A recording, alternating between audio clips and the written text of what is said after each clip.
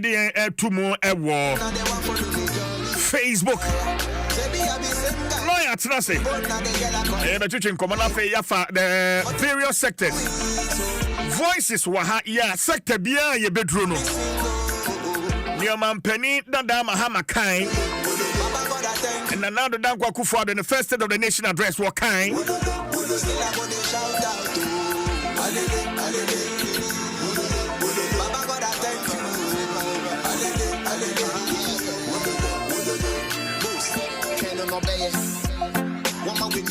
Never. Make you seek for God in favor. He big shit what you just pray to God in heaven. He can wipe away your soul. Adom 106.3 FM. Yes, I'm coming on say a list so well called for your Esquire. What's that say? Lawyer. Efishapa. I think commenting.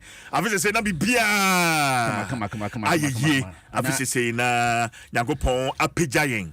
Na yehunum kanko in all areas of our lives. Amen. Yeah. Amen. Pa. That 31st night in Uku Jinemo. Uku Jinemo. Enough from. Enough from. Enough from. Me media no say me pon. You could do face 2:30 a.m. And I about 5 net say me bedroom. Hey. Ntina enya dia baby I would tie. Na me ntafo no what is saying. Adom. Some me no here. Onwe pa. This all important Jumedia Omampani kwa akodie. Enyina so a ewo constitution nim ya Omampani ko gina so de dis adwuma. Yes say for na fe wi yenko yenim. Yo, ene ye de chefo nyina se. Wo hwa Ghana mamra na the Constitution 1992 Article 67 no. Now, headline is a presidential message. Until say the president shall and say because of 2012 elections, no what is shall. They say idea at the beginning of each session of parliament. Until say Emrashe Bebium was Shasia at the beginning and before dissolution. And you know, say Emrashe Bebium no say be a 5th parliament or 6th parliament or the 8th parliament, you know. Say Oba and he say President Akufo-Addo. Yeah. Onyaba ya pe the beginning of South Parliament, you know, or my state of the nation address. It was say beginning of each session of Parliament and before dissolution of Parliament, deliver to Parliament a message on the state of the nation. The nation. Intino sana mambrantino uyo o mampenya say can na entisa. Even President John Rawlings time na entisa ni o share say dwumadi na se pa na ye obampani Kufuor ena aka ho until the state of the nation today say obekere yen wo so oman mu net sen eti muko transition no ye de enkrata emema mo asoye bia each sector of the economy say na net ye agric sector, education, kwaye brentu ni ade lands, natural resources ni nyina na say na net ye bre de ma wo fa betudwa say de wo betwa mfoni ni a kire Ghana fo no ahu na say wonso o kwa wo twa mfoni asan de eden a kire ni ehun say ni say na wugya eden eto ho no mo eni ntino yesi empenifo say adanse ntin de kunu den sonkuro nsu a ehwiahwe ntino wo kun sonkuro nsu no ena eden wo ba behwiahwe meboa nti say ni de eno no omampani Akufo-Addo eba beye ntino obebu nkunta a kire Ghana fo say oman me befa no say na net ye GDP na 3.2 and 3.5 and 3.6 agric sector the growth na a decline service sector net saying enti wo hwe we ni nyina social protection security net saying power ni nyina na energy sector no say na etie ni nyina gina there's something we call the principle of state policy eno no okenkan article 37 38 39 to 40 na eno ekyerɛw ni awo ɔman na nkasa na te sɛ wo woyɛ one me kyerɛ and there's one particular clause in article 38 and article 38 clause 7 I actually say wo ɔmampani na nkasa na wo wote so no se bia yɛn fa sɛ ɔmampani Mahama Ebe na ɔmampani Mahama enyuma Akufo Addo bejagu wo se bi agenda 111 ya wo wie ye no and I say pokuasi kwan wo wie ya na se soulful line interchange is say aye suban a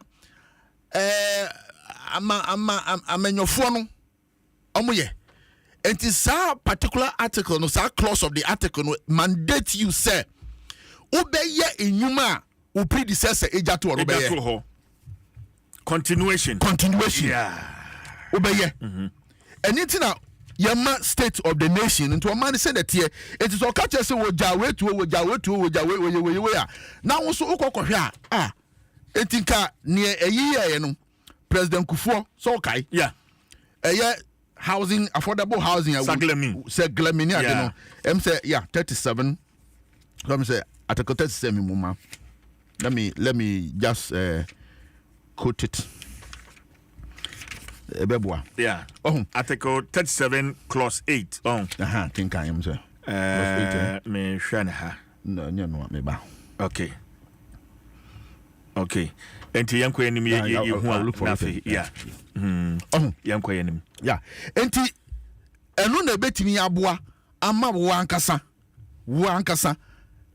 se uyo omamba pa na so omampanin ba besisu na sa niema bi na wontimi nyeye no ubetimi afa ejina saa we no so ne meche no na wodi omampani no ana aban ne court ase say saa adi we yete say omampani odado wotwam wantimi anye no ete say ka we no weja wanye ente ete say we but so far you hu so bia to saa anamo because don't you think say there's nothing binding in the constitution ebechichire omampani no echichire constitution there echire say Mami Mao article 2 no there's something that you should always make sure yourself we are citizen of Ghana na say we are citizen of my ba pay na say bibi etochima na say ne etochima no wo hwe na say enya dia wani gi ho a obi ansi kwan say den obe court na wonya court a na wabɔ modern a edi wadwen cha kokotuja se wo ye Ghana ni enti wo ye Ghana ni de enimebu onum a wo gidi se enkoyie na enkoyie no ehu behia se obetimi atu ho anamon wona mekire no mame atego say na opese kinkan na yenhwe neba enti no eye first yenhwe eye article 1 clause 2 no or say this constitution shall be the supreme law of Ghana and any other law found to be inconsistent with any provision of this constitution shall to the extent of the inconsistency be void. And to Emrebian one more Ghana associate Amambra constitution. And to say obi etu anamobi oye bibibi emrashe bebafo etintim emrebi na se sa mra no eyadia any Amambra constitution no ebebra etisa wo sorry eto hia Martin Pebu your Martin Pebu 1 2 and 3 say ebia yes say bailable offenses and maybe one man first no offense bi one man e ma bail o and what they call court so there be etisi e ma bail when me kire no enti maybe one man e ma bail first na ntisa na na eje yampofo ono so say on the invitation of chief first no one ma bon say ohina to nsafrel wontimi nkasa wo nkọ and say no ohine no kra ni tumi wo ni say powers be no or prosecutorial powers are it is on to safro na one go on fi be and what the court na court to bo den ebogu ye when me che no and intino dia wo the enforcement of the Constitution,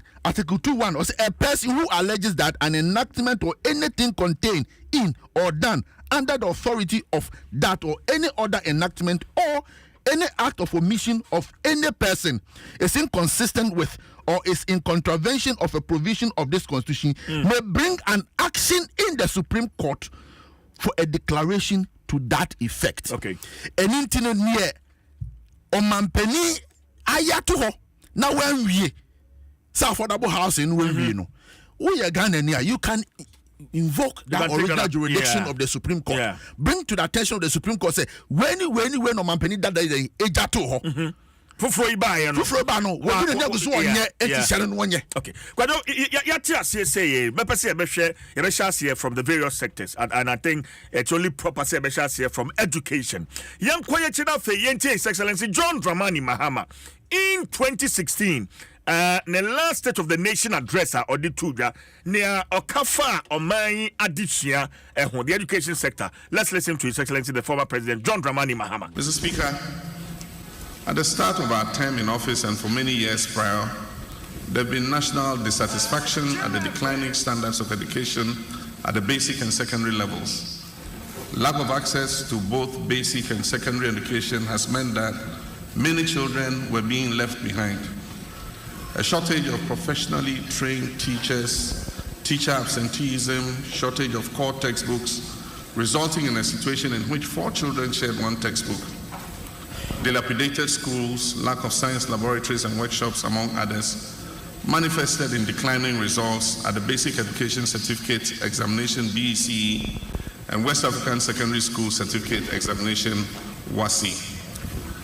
Our vision under my administration has been to turn this situation around and not only improve access to education but also improve the quality of education. Mr. Speaker, we're witnessing a significant improvement in our educational outcomes. More children than ever before in our history are having access to education at the basic and secondary levels. With the distribution of free textbooks, children have access to all the core textbooks and no longer have to share. In excess of 2,000 dilapidated schools, popularly referred to as schools under trees, have been replaced. Teachers are more available and are more evenly distributed than has been the case in the past. Teacher absenteeism is down from 27% to below 9%. Mr. Speaker, this has led to more engagement hours between teachers and students. The construction and population of 47 newly built community-day senior high schools means that more students are able to continue their education beyond the basic level instead of dropping out of school. These investments we have made are yielding results and reflecting in the performance of our children. Performance at both the Basic Education Certificate Exam, the BECE, and the West African Secondary School Certificate Exam, the WASI, have seen remarkable improvement. The very last batch of BECE students recorded the highest number of students obtaining a raw score of about 500 marks in the history of this examination. Mr. Speaker, we're recording improved performance in many public schools in the WASI across the country. During the Best School Awards ceremony, many rural and public schools are outperforming some of the better-known urban and private schools. Ghana has consistently over the last 3 years taken the 3 top spots in the West African School Certificate Examination. Mr. Speaker, the progressively free secondary education program, under which we have absorbed the major fees paid by day students, has this year been extended to cover 140,000 boarding school students.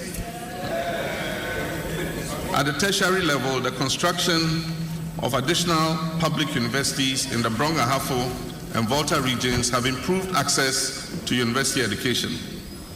The shortcutting for work to start on the University of Environment and Sustainable Development in the Eastern region, the conversion of our polytechnics into technical universities, the creation of 3 autonomous universities out of the University for Development Studies are all creating additional opportunities for students to pursue courses at the tertiary level. All right, Adom 106.3 FM. His Excellency John Dramani Mahama in 2016. The State of the Nation address a chat walker. Ya ojina so ede amemwo no ehye na nado danko akufado ensa ene ekotie on education. Wo chiremu schools under trees dodo a ye free ho na fe teacher absenteeism so esotia atie ene ne keka ho nyina. Now yenkotie na nado danko akufado ne first State of the Nation address. Yeah, or no so edituga na fe ye wia yemra na fe ye megina so na education adusua yentwetwemu enkomo yentie na nando danko akufado the first State of the Nation address in 2017. Education holds the key to the prosperous and happy Ghana we all want and deserve. Luckily, there's consensus amongst us on the need to provide quality education to all of Ghana's children. If I'm in a hurry to ensure that every child born in this country attends school from kindergarten to senior high school. In other words, that is the basic education that each child is required to receive. We intend to reform the basic school curricula with emphasis on literacy, numeracy, and creative skills. And just in case there's anyone left in this country who has not heard yet, free SHS starts with the 2017-2018 entrance into the public SAT.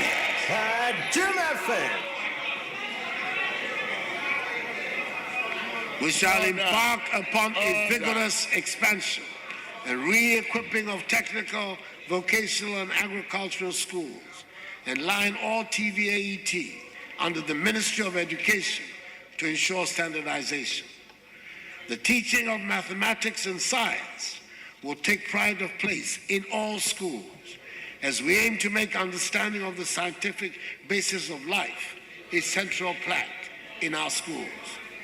We'll thus make the use of ICT a central feature of our national life. Mr. Speaker, my government shall place teachers at the center of quality education and encourage professionalism amongst them. There will have to be some legislative reforms to ease some of the bottlenecks at the district level of supervision. By the way, teacher trainee allowances will be restored. When the Minister of Finance comes to read the budget, we keep our promises, just as we will ensure that our sports development is hinged on the revival of school sports. Mr. Speaker, there has been far too much tension in the education sector. It is in everyone's interest that the school experience is a happy one for children, teachers, and parents alike. The happy and skilled population that will drive the path to development starts at school. We aim to provide the key to prosperity in our schools.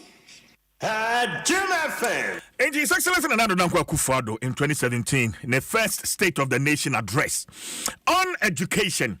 And ye kotie ye no ma minyina homa no so na ye hye nkomo no ase ye ne ura Daniel Opon oye educationist ye ne no twetwe nkomo me support me nka afishapa afin komete afiti na idia boko gari mi giri sam ho ye na mi adom ye ho ye pa adwuma no anaja yegusu a ya hye afi asi yegusu a ye bo adwuma ba jo se wo so ho ye de oh nyankopon adom ya da nyame ase anapai nkoma ye twetwe ye pese ye bu nkompon hwe ye kire na ye hye oman yi adesua babia na ye gina ansana NDC aban no efri so 2017 important you are a major stakeholder in our educational sector.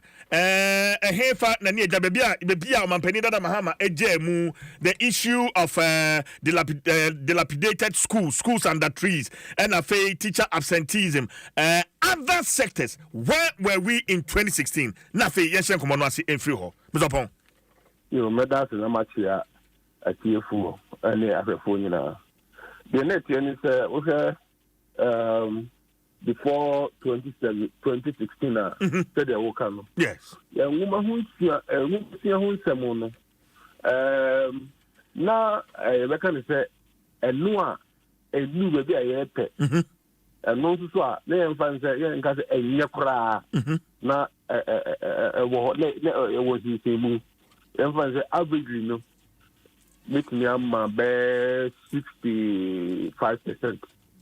Yeah. Okay. Before the 2016, because okay, globally, Singapore Ghana, no, they were very competitive. Many students they brought. More a pet university of Australia. Canada, any other institutions they were performing better. And so no who Ghana say however, now okay in terms of our school buildings, laboratories, especially basic schools now it was highly neglected because local basic schools are hold on.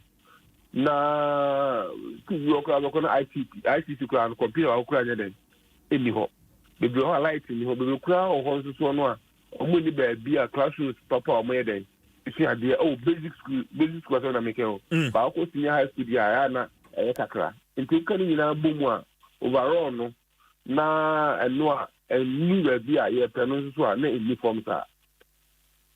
But say Osha in former President Mohammed's last State of the Nation address, he gave an account. Schools do one more SC, but he made mention of 47 newly built community-day senior high schools Abino AAC, and then performance at the both basic and both basic education certificate and the West African Secondary School. Promises are NDC Abino under the John Dramani Mahama will make it in our education sector. Any legacies are one more ejaye. Do you think to a large extent and now to some extent Atimia Boa Emma MPP Abenyi Ebaye Kwaso Omunya Nyina So Edi Di Juma one also promise will make it in our educational sector. Omunya Nyina So Di Juma. Mr. Pong. Yes, say NDC 2016, prior to 2016. Yes. No more should be almost progressively free. Until now, almost you see community schools, anchor a bit in Abua. And Ghana for year by the first. If you not go back for party there, almost any opportunity now find it. Yet. And now MPP to buy it. They were also having their different ideology. Say, a little bit senior high school, and so now. Because they can't wait. So, China, my say, what's that over here? Limited resources now on. It is their starting big crash, the baby to a boy. They stood on it, and now I'm going to double track at the buyer. It is like a baby in because NDC, started community schools and come to us. Me think I be a free education but not or more master man. But MPP by the way pragmatic enough. And I know we are going to say we are no. We are seeing I don't know what I say. Which means yeah, take 10 years on the and I thought the and you know my idea in terms of curriculum change, I'm the common core ABBA and curriculum every 5 years because the way we do things keep on changing. Or my woman air dorsal. In the other sense, non-category curriculum na it's no care medication MPPD buy free education majority of Ghana students now. Or much now, not you more doing the Messia, you and so many years. You look at the school as you for the next 10-15 years. Any don't say, almost the only opportunity to coach in high school. They'll be making meaningful life in Ghana. You know, but in terms of education, like I say, MPP, NDC. In terms of education, Obeka say MPP, NDC. Yes. Okay. In terms of education, we compare infrastructure-wise, even curriculum, look around, almost a son on. To be very honest, it's easy. It's easy to do overhauling of the curriculum. I'm in part, but about where I'm to a bit me at Dwaso. It's only education I make as an education is make count. In terms of education, there, or to compare both parties are. Make like I say, in Myanmar, STEM education, and Dr. Bitu, and the MP for day, but any name of the good in terms of education, and not the Yamino Krenny. But in the area of tertiary education, I'm so far basic and secondary. In the area of tertiary education, the performance of the MPP government compared to the past government, NDC government, what would you say, Mr. Bon? Tertiary. Yes, who is first now colleges of education? Yes. Not a diploma. MPP for ya and the bar, a full tertiary. As it is the colleges of education, I wouldn't diploma be a full degree into honor a class. But if other universities are awarded that, to the University of Cape Winneba, and the Aka Canoa. I know the man who anything with respect to other courses are a bit now meeting the need and expectation of the entrepreneurs. So I know the quite old courses now, our Honwa and our more. Like I may expect that only different courses be a bit now improve the status quo of our nation. Okay, University of Education, but on campus and then work as well. It's also by Amstead, University of Entrepreneurial Skills and whatsoever. Yeah. It should be purely entrepreneurial. It should be purely entrepreneurial and technical. Okay. I can tell I work as well. Courses are that education courses and art courses. They're one of that's what I'm it's just a changing of a name. So, okay. But in terms of the basic and the senior high school and higher basic, yeah. In fact, to be very honest, yes, there are policies, but if you compare with the basic wise, and then the senior high school, it's now a basic, yeah. In fact, they did quite well. In fact, they did quite well, yeah. As His Excellency the President, or then the final State of the Nation address, as an educationist, what are your expectations? And then I will share and say, "What crack no afei, what did adwuma to hono?" And someone will share and will say, "Efa o manya this year hono, what did betu jana pay?" Mr. Pong. President Nanado. Yes. Already I said, well, you need the and me doesn't make the Obaso France or no bay. Okay. Because it's on the way you need the Rebecca Biacano, about Yajma. Say Obebun Kunta and Tin Kuntabu Bebu no Major say no sooner buying a Babano Subegina. Now on also so in the Asian free on also so Edia Tuja. Anna on one challenges are okay. A war at the young with some especially with the free education, the sort of funding. Maybe I know just can hear them. It's free. Say the Baya, I buy a better one, so on also better was now, for instance, if you are not somewhere or 2016, but the quote, now if you are not something, to my talk, I can't. I was home because I didn't independent doors on to my tour bed at the home. It's challenges are no any success is a woman.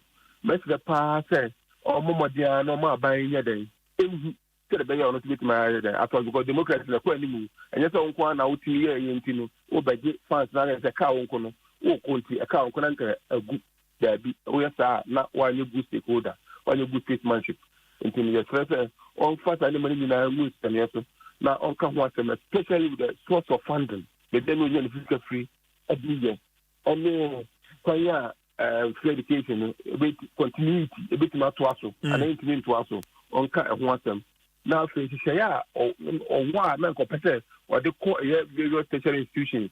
And no, at the basic education, no person time at the twice a bit more board free education on coming in our home. All right. Mr. Poma, I now I say, na yen fancy. I'm just say, man, penny that we any day now for France in the State of the Nation address. Ebe tuja. Ya best answer baby. Na ya ba be train komo. But I pay the ya train. Ye ti man penny and another drunk ku for. Ye bia bibia best answer train komo bio. Yeah, that's a pa. Mr. Poma. No, so madam. Yeah, that's a pa. Ora Daniel Pon educationist. Wa ben ngumasium papa pa na pay ye no atwetwen komo. Ya share o man penny dada mahama. And afi o man penny nanado so one State of the Nation address.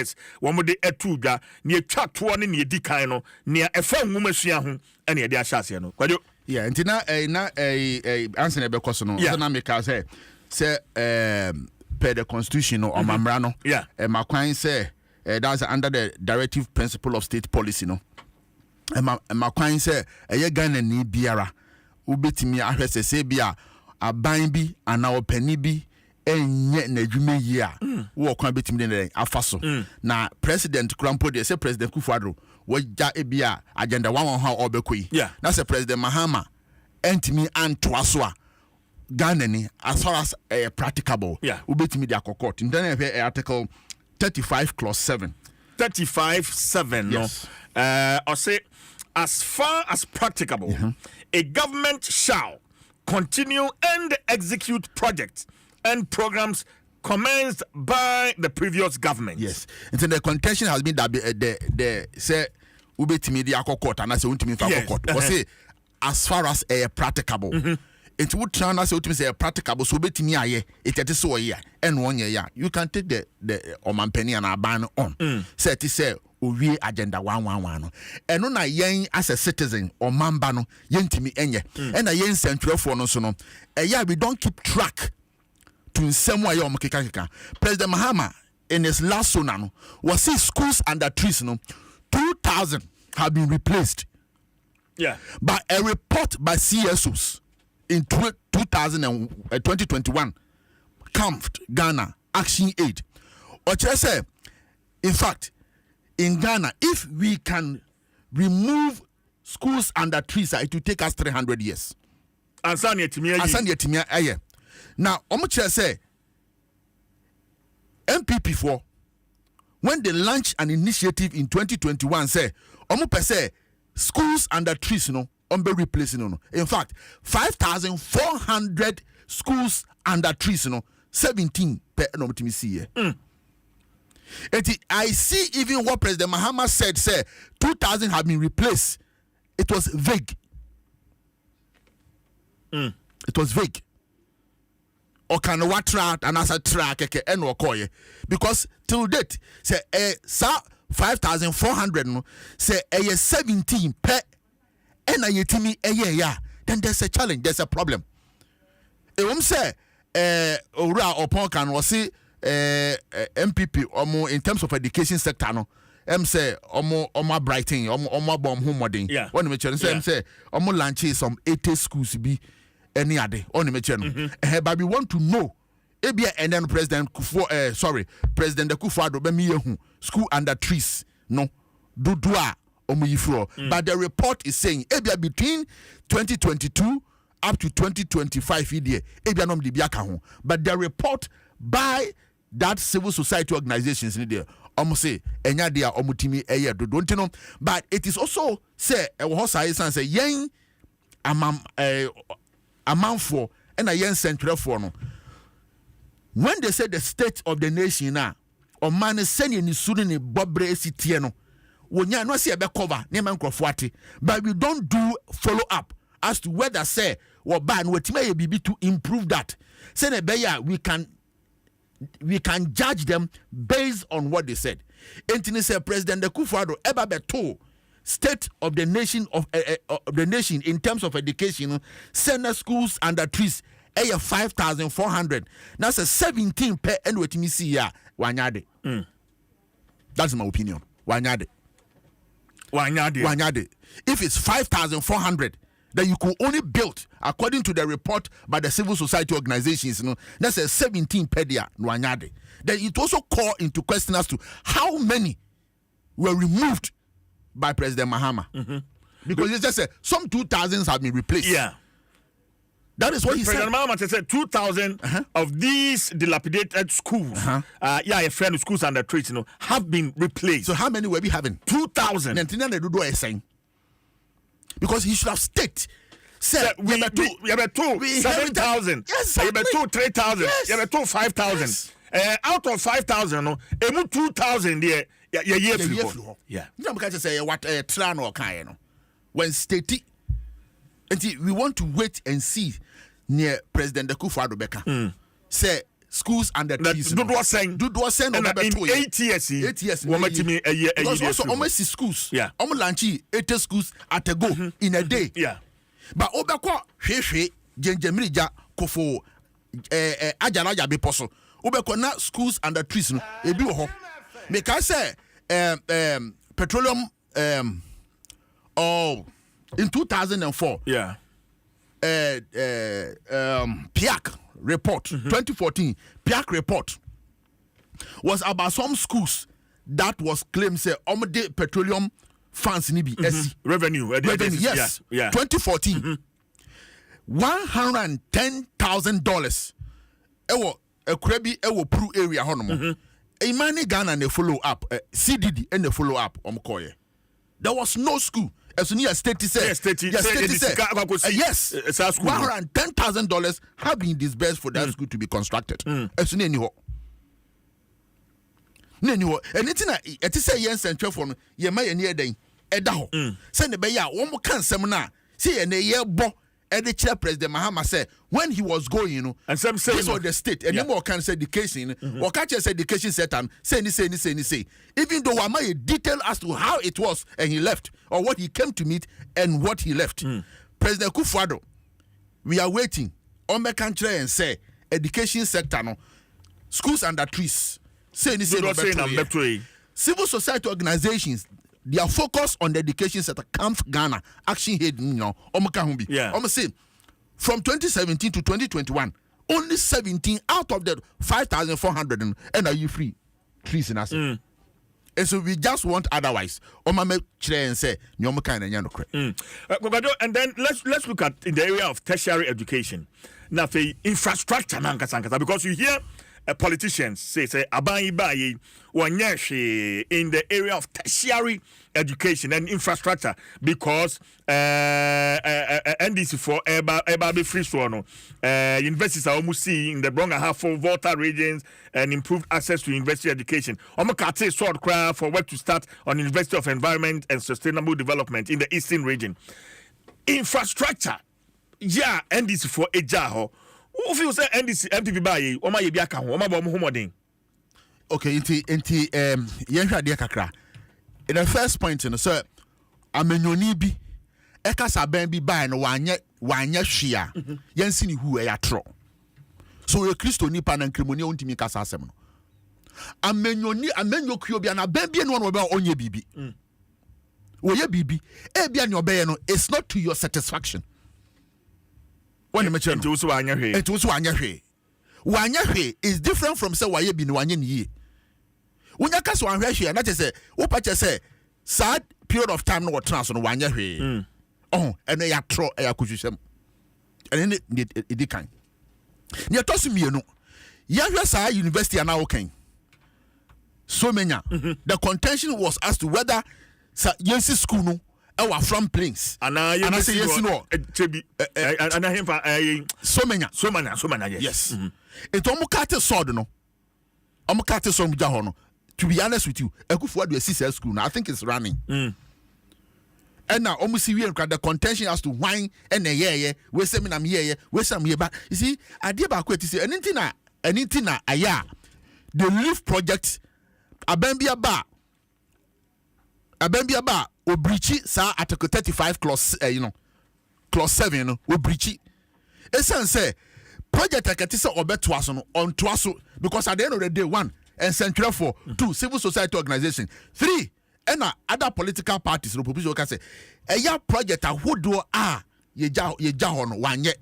Esan say okoye ono na at the end of the day ono anye bi abeka so ba no anye. In order to also justify the manifesto and in the budget no, you will want to abandon your project, no need the audition so be anything or be anything. Why? And intina impempino some of these projects, friend legacy projects, they abandon. But say university no me, and I will share university in SWA of University of Allied Health. Yeah. Voter. Yes, I think the second phase so beautiful. Yeah. Very. So very. Yes. Very. On the material. And UPS and so they've done some. So I must be honest, I think in terms of tertiary school projects, I think they've done well. Omesisi Ebianesa. Oko Eastern region, I am say Chebi area honomono. Omesi University of Environment. I'm saying no person de kwa farm plains or something like that. Omesi and environment and agri or something like that. Omesi Ibisa. And also under former President Mahama, there was the creation of 3 autonomous universities. Yes. Out of the University of Development Studies. One Sunyane Energy, University of Energy, and Health Allies. President, the late Professor Atamils and the Sate Allied Health. Yeah. Yes. I'm starting. Okay. Yeah, and back on initiative so many the can home assembly. Yes. And I haven't seen that infrastructure a war. Sa Energy School of Energy first now University of KNUST and more campus are no more forestry honomo and more turning into the University of Energy and now say infrastructure will be improved. I haven't seen say it has been improved by the two parties and our two government, either NDC and I say MPP. Until structures and yet you can send a message to at least confirm or otherwise say it has been improved. One name channel. Yeah. Yes. Into obi betimi send message. Say wo ben wo sunyane e was University of Energy. Say NDC etimi see proper structure. And I say President Akufo-Addo so etimi improve structure na NDC see na. You can quickly send a message to us. You bekin kana Ghana for etimi hu. So initiating the project, it doesn't end there. Let us see the end game of it. Say what to me I improve, what to me see, and what to me I expand the infrastructure because Free SHS has opened the space so much so that university hold on obedient to me absorb. Look at numbers, 400,000 and almost pass it out. It also do not fail there. So ask whether the schools, the universities, they have the requisite infrastructure to absorb. Even if it is 200,000 and the qualifier. Okay, my last issue on education free SHS. Abanya Wobe has promised to continue. How is the government going to deal with challenges? What is Mr. Opon dealing with some of the challenges of free SHS? Kwaya Abano Eba Faso dealing with challenges of free SHS. Now, Arishema Abano Diamayan even before the elections. Free SHS Nadi Obitram Nemum Oba Dwaso. Some challenges woho feeding certain places infrastructure. I mean, near their accommodation problem. How does the government deal with these issues? On say. Free SHS in history, a bit cumbersome. But President Akufo-Addo in the first term and was starting free SHS, I say he raised a lot of people raised some concerns. I did the Washington term because we woke up last term now best start. But essentially in the flagship program of Peso Yenintino, say what but they did not actually tell us state the sources of funding. We know say it was basically coming from the energy, the petroleum fund. You understand the point? A free bar.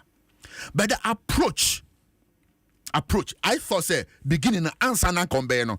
Na kete say sa bill yom doko to parliament ya omuntimi passy free SHS bill no. That should have been the first step. That should have been the first step. Say why a stakeholder meeting? Yes, what state is say obey? Why a stakeholder meeting? we a stakeholder meeting, you got an input from all Ghanaians. And based on that, we enact a law. I bet me a back free SHS. It gives some teeth to the free SHS policy. It is a take offer. We know that these are the sources of funding for free SHS, and these are what we are aiming to achieve at the end of the day. Education in Ghana is just like you just want to educate people, but it doesn't end there. You are educating the people. Oh man, addition to what extent? And to say, "Bia, we started STEM, no, we super say." By 2020, and I say, Dr. Duchum did something in his constituency. Was say, or per se, will raise 100 or so engineers. Yeah, and it is not just because people should get free SHS. You understand the point? Everybody should be educated, but there should be focus. You understand the point? Yes. In the year 2050, we want to raise 10,000 aeronautic engineers. 40,000 engineers. How do we go about it? How do we go about it? And that is what beginning the policy should have come, or the bill should have come and give direction and the focus as to how it should be. Now the implementation of it, you decide that say a procurement should be taken away from the headmistress, the headmasters of the school because of corruption. And I would demand buffer stock. On the material. And I see you on that is one of our sources of corruption in the country anyway. And the essence would give from James no teachers no any headmasters no omunya hwini. And you have said it time and time and again. Say if free SHS need any review, the review that it needs, they say 1, you should have that legal backing. 2, the sources of funding. 3, that the procurement of food stuff, toiletries and other things, should go back to the teachers. But you should monitor them. As I say, Public Accounts Committee Chairman Kuliche Abaji James Osteti said the decision taken by government to have taken that procurement from the headmistress and headmasters of the school helped to reduce corruption, the rate of corruption in that area. But then, we reduce corruption, the teachers have also found a way of ripping people off. I mean, sure. And I do be any issues. You want one parent to be free or send a bar, I was a tech. Now, my platform was a senior headmaster, so will be sir. I'm see your doom light and into will be on 1250 cities. 3,000 students will be at 1250 cities. That's a lot of money. That's a lot of money. A lot of money. And I'm saying, and what happened? I'm afraid will be a Minister of Education. Fortunately, when I called, the one who is in charge of that free SHS secretariat, not that day, Omukoto prepaid 5 million Ghana cedis. What? Yes. But they were demanding 50 cedis from each child. School one lighting, So you see, it comes back to the point I now make. Said policy no better, but there will be some certain individuals without proper monitoring. I said it without any shred of that. Say, and Crawford and my free SHS, any problem near teachers, any headmasters, headmistresses. I've said it. I'm become said they are the problem because no baby ana konya bibi di no. Jeffrey Nsem. Yeah. And to opekwan bi so adenti na wo catch student obe school say onto marker, onto painting bra. And I will catch that time I shall catch him say, sister, you catch and say, you perceive school dying, and your parents will be on contribute to. Or my made the 300 city square, teacher and say, sir, that is already 2,000 ever. And I'm saying, now parents, and I said this will see school Diana. And to yes, sir, these are some of the petty things, sir. A man free SHS. A yes, and yeah, is it here? But me, I am for it. But as to whether say a bandway, that was it. On say, you say, Niaubeka. No, I shall see no. And you do attain the year. Yeah. On the mention. And in the number of advert NDC sponsored against free SHS. And at a point, they realized that no, free SHS was getting a lot of traction. And into the young fear where they yes. I feel a whole lot of articles in there. I don't want us to go into that controversy. But when you say at the end of the day, at the end of the day, no, Mahama made an admission, say, we will not cancel free SHS. Yeah. Even though na MPP, they were doubt in their head, say, But what actually was so worrying after they won the election, comment from Setepe. So that it come to point. Very early. It was too early. Yeah, very early. Even Professor Jenana also said the same thing. Yeah. Almost say free SHS, you know. You need funding. Free SHS need sources of funding or permanent source of funding. And internal Sebenya Skadia, Sebet me at Twasua. Wow, person board and he pay for it. And it dovetailed into a statement made by Ken Oforiatta. But me, or no, say no Ken Oforiatta, or no. It dovetailed into that. Say, pay for that. Pay for that. Uko boni etria. Nemum de di ebeye free. Until recently, President Mahama said there is crisis in the education sector. And I think the crisis, the crust of it is a free SHS. And you know, forum. Bring all stakeholders together. But if you are clear in your mind as to what to change, do you think it is important? Adom 106.3 FM. Miniminia listu wa kwajo fadwo ena na pay. Yeah, share State of the Nation addresses. Yeah, abako enenia ene omampedi de babetu dwane ya share nimu. Enti ya de nwumasua ne shase education. Ya eni Owura Daniel Opon atwetwemu enkobo na fe yewie ye mene minua nsuso ya chereche adwen wo ho a. Yenhwe ya pomuden ho nsem. Kwajo ye move ko the health sector. Yeah. Health sector. His Excellency John Dramani Mahama in 2016, the last State of the Nation address, Odituja, on health. Nothing, you met here on Penin and Adom Akufo-Addo in 2017, the first State of the Nation address. In the area of healthcare, the situation was no different. Many Ghanaians were denied access to quality healthcare. Although in 2004, the Kufuor administration had commenced one of the most famous social intervention programs in the health sector on a broader scale. After years of experimentation, the National Health Insurance Scheme utilization was low due to lack of access to health facilities. The sector was characterized by a severe shortage of trained health professionals. Our vision over the period of my administration has been to provide improved health facilities and trained health workers in all nooks and crannies of the country. Construction of new regional hospitals in Bolgatanga, Wa, and Accra is dramatically improving the health outcomes for tens of thousands of people. New district hospitals in districts across the country, including the recent ones for which I just cut sword in Hueta to cover Somanya, Buipe, Tolong, and Sola, have and will advance even further our policy of providing every district with a first-class health facility. Mr. Speaker, new polyclinics, health centers, and CHIP compounds have also helped to bring quality health care to the doorsteps of our people. This development has resulted in a phenomenal expansion of utilization of the NHIS. Outpatient utilization for 2015 stood at 29 million, up from 9 million in 2008. Increased numbers of trained professionals being churned out of our training institutions has solved the problem of lack of personnel to man our health facilities. Indeed, at the rate at which this category of personnel are being produced, Ghana may need to sign agreements with less endowed countries to officially deploy some of our health professionals to assist improve their health systems. Right, into His Excellency, the former president, and they was answered by John Dramani Mahama. The last State of the Nation address on health.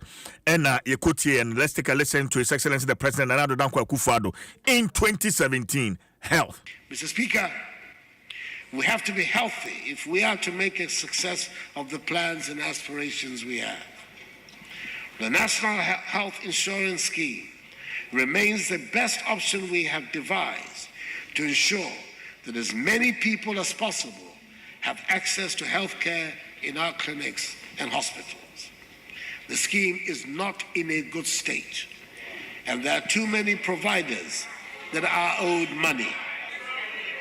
They're threatening to opt out and stop offering their services to the most vulnerable in our society. We shall restore the National Health Insurance Scheme to Get Health. And yes, the Minister for Finance will restore the allowances to trainee nurses in the budget.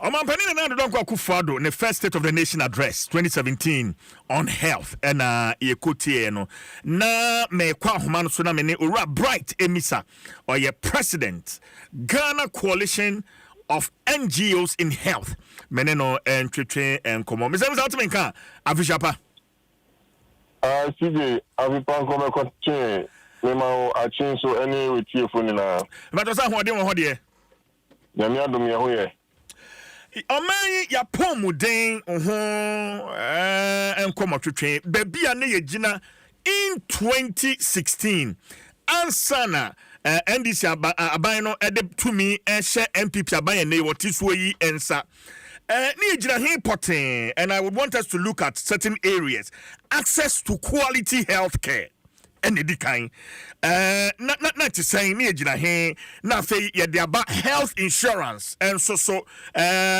coverage no na it is saying, and then there are other issues but yam from you ni en chance here Mr. CJ me da wasi bre wa kwenya wo de amani me group Coalition of NGOs in Health ayensu ye be che adwen afa apomuden ho nsem kakra e wo oman ni fa wasim bisa de di kan access to healthcare around 2016 abe 2020 na ansananado ebe fana ye beka say na endimu ye esane say na gaps libre ewo say you can access apart from facilities no ebe nkofo a ombetini akọ na omo akoji ayarhwe no say enoma akade e wo ho ankasa so a ebetini amaye ayarhwe quality health care no so na be any ho so wo fa district health facilities a oni me be yadin say na district be any hospitals afin so omo bi na health center no so na honde no nisro esa eno no ntu ema ye hu say ye ni doctors normally doctors ye post omoto hospitals any polyclinics any ade nti now be hu say ye need direct access to even some medical professionals including doctors nti no abekuna enfidi na ye de hwehwe ye ho machines bi to CT scan ne de ka on MRI na no ho no bani na Eliya nhwehwemu bebre no na eno nso bi eni ho bebre sa and in fact access bi na ye beta say na ye konkon ho katra na nso so eyo mampeni dada mama o meya meni ehun bi say or the polyclinics ahodo bebre edi bae ye wo district ahodo bibi ti say ejuma kon 14 Bagumwa Central ni ade ni na mini who any cool so I mean who say why ye polyclinic for wa and budget access gap no na fi provide services to the community.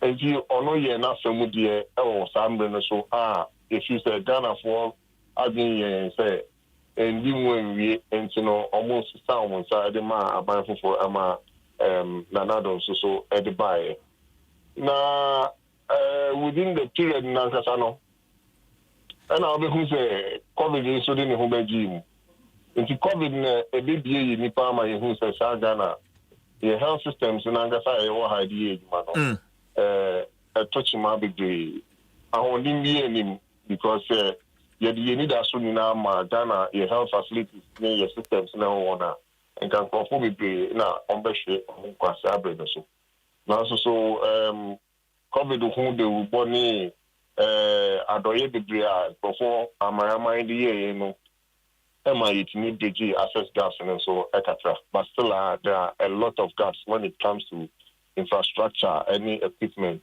even professionals, any so many other things. yen jumping ko insurance. Insurance is one of the against insurance for service providers ne want to say enka bosumi and Sabiano enka omotime etua omoka na omodi boy ho bra na afi so omoji foforo eka ho na edru baby no na nitua no so ayedin kaka internet ni pile up me fan se ye beti na bosumi tia ko bosumi nko na yintia afi na yitia na kaka esa na nini na no so na enyoma bebre na yedi egu insurance ne so enti MVP no na me ka say insurance no aye to say normal car so cargo I say me fan say Mercedes Benz are so articulate normal because you physically be enka ho and so you the normal be na you the eguso and you was abri no no you cry the car say na insurance no yes say you benya fund for bi e bi aka ho e ma na support na etimi ahehan no ho ekakra enti e ba ni sa na e ma ye health professionals no so omo ho ekiro mu ho na so na ma ayarehwe no so entimi endimu ye enfama so you see the quality issues no e ya na aba from ekakra.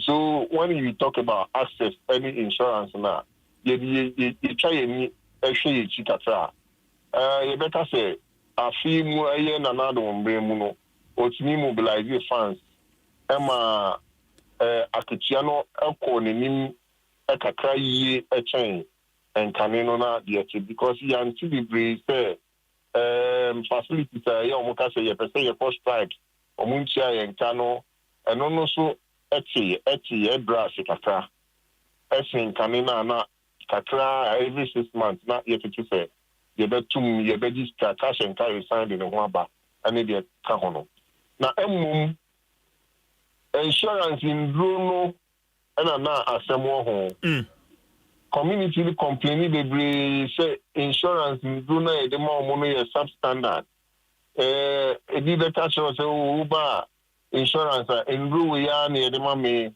the unkra insurance they are it trade Bru papa de ma oni de etita ho all those things were concerns na ye di ba policy level conso say omo we na omo di hujuma so that your insurance and for enya areshim na yetimi ade ayejuma esani say eboa enkofo bebre so ewo yenkwankra any omani nne nti eya de papa na mum yenhwe na ye hu se ne ye bebo ko ban afa yenhwe other issues. In fact, the 2017 at the airbag,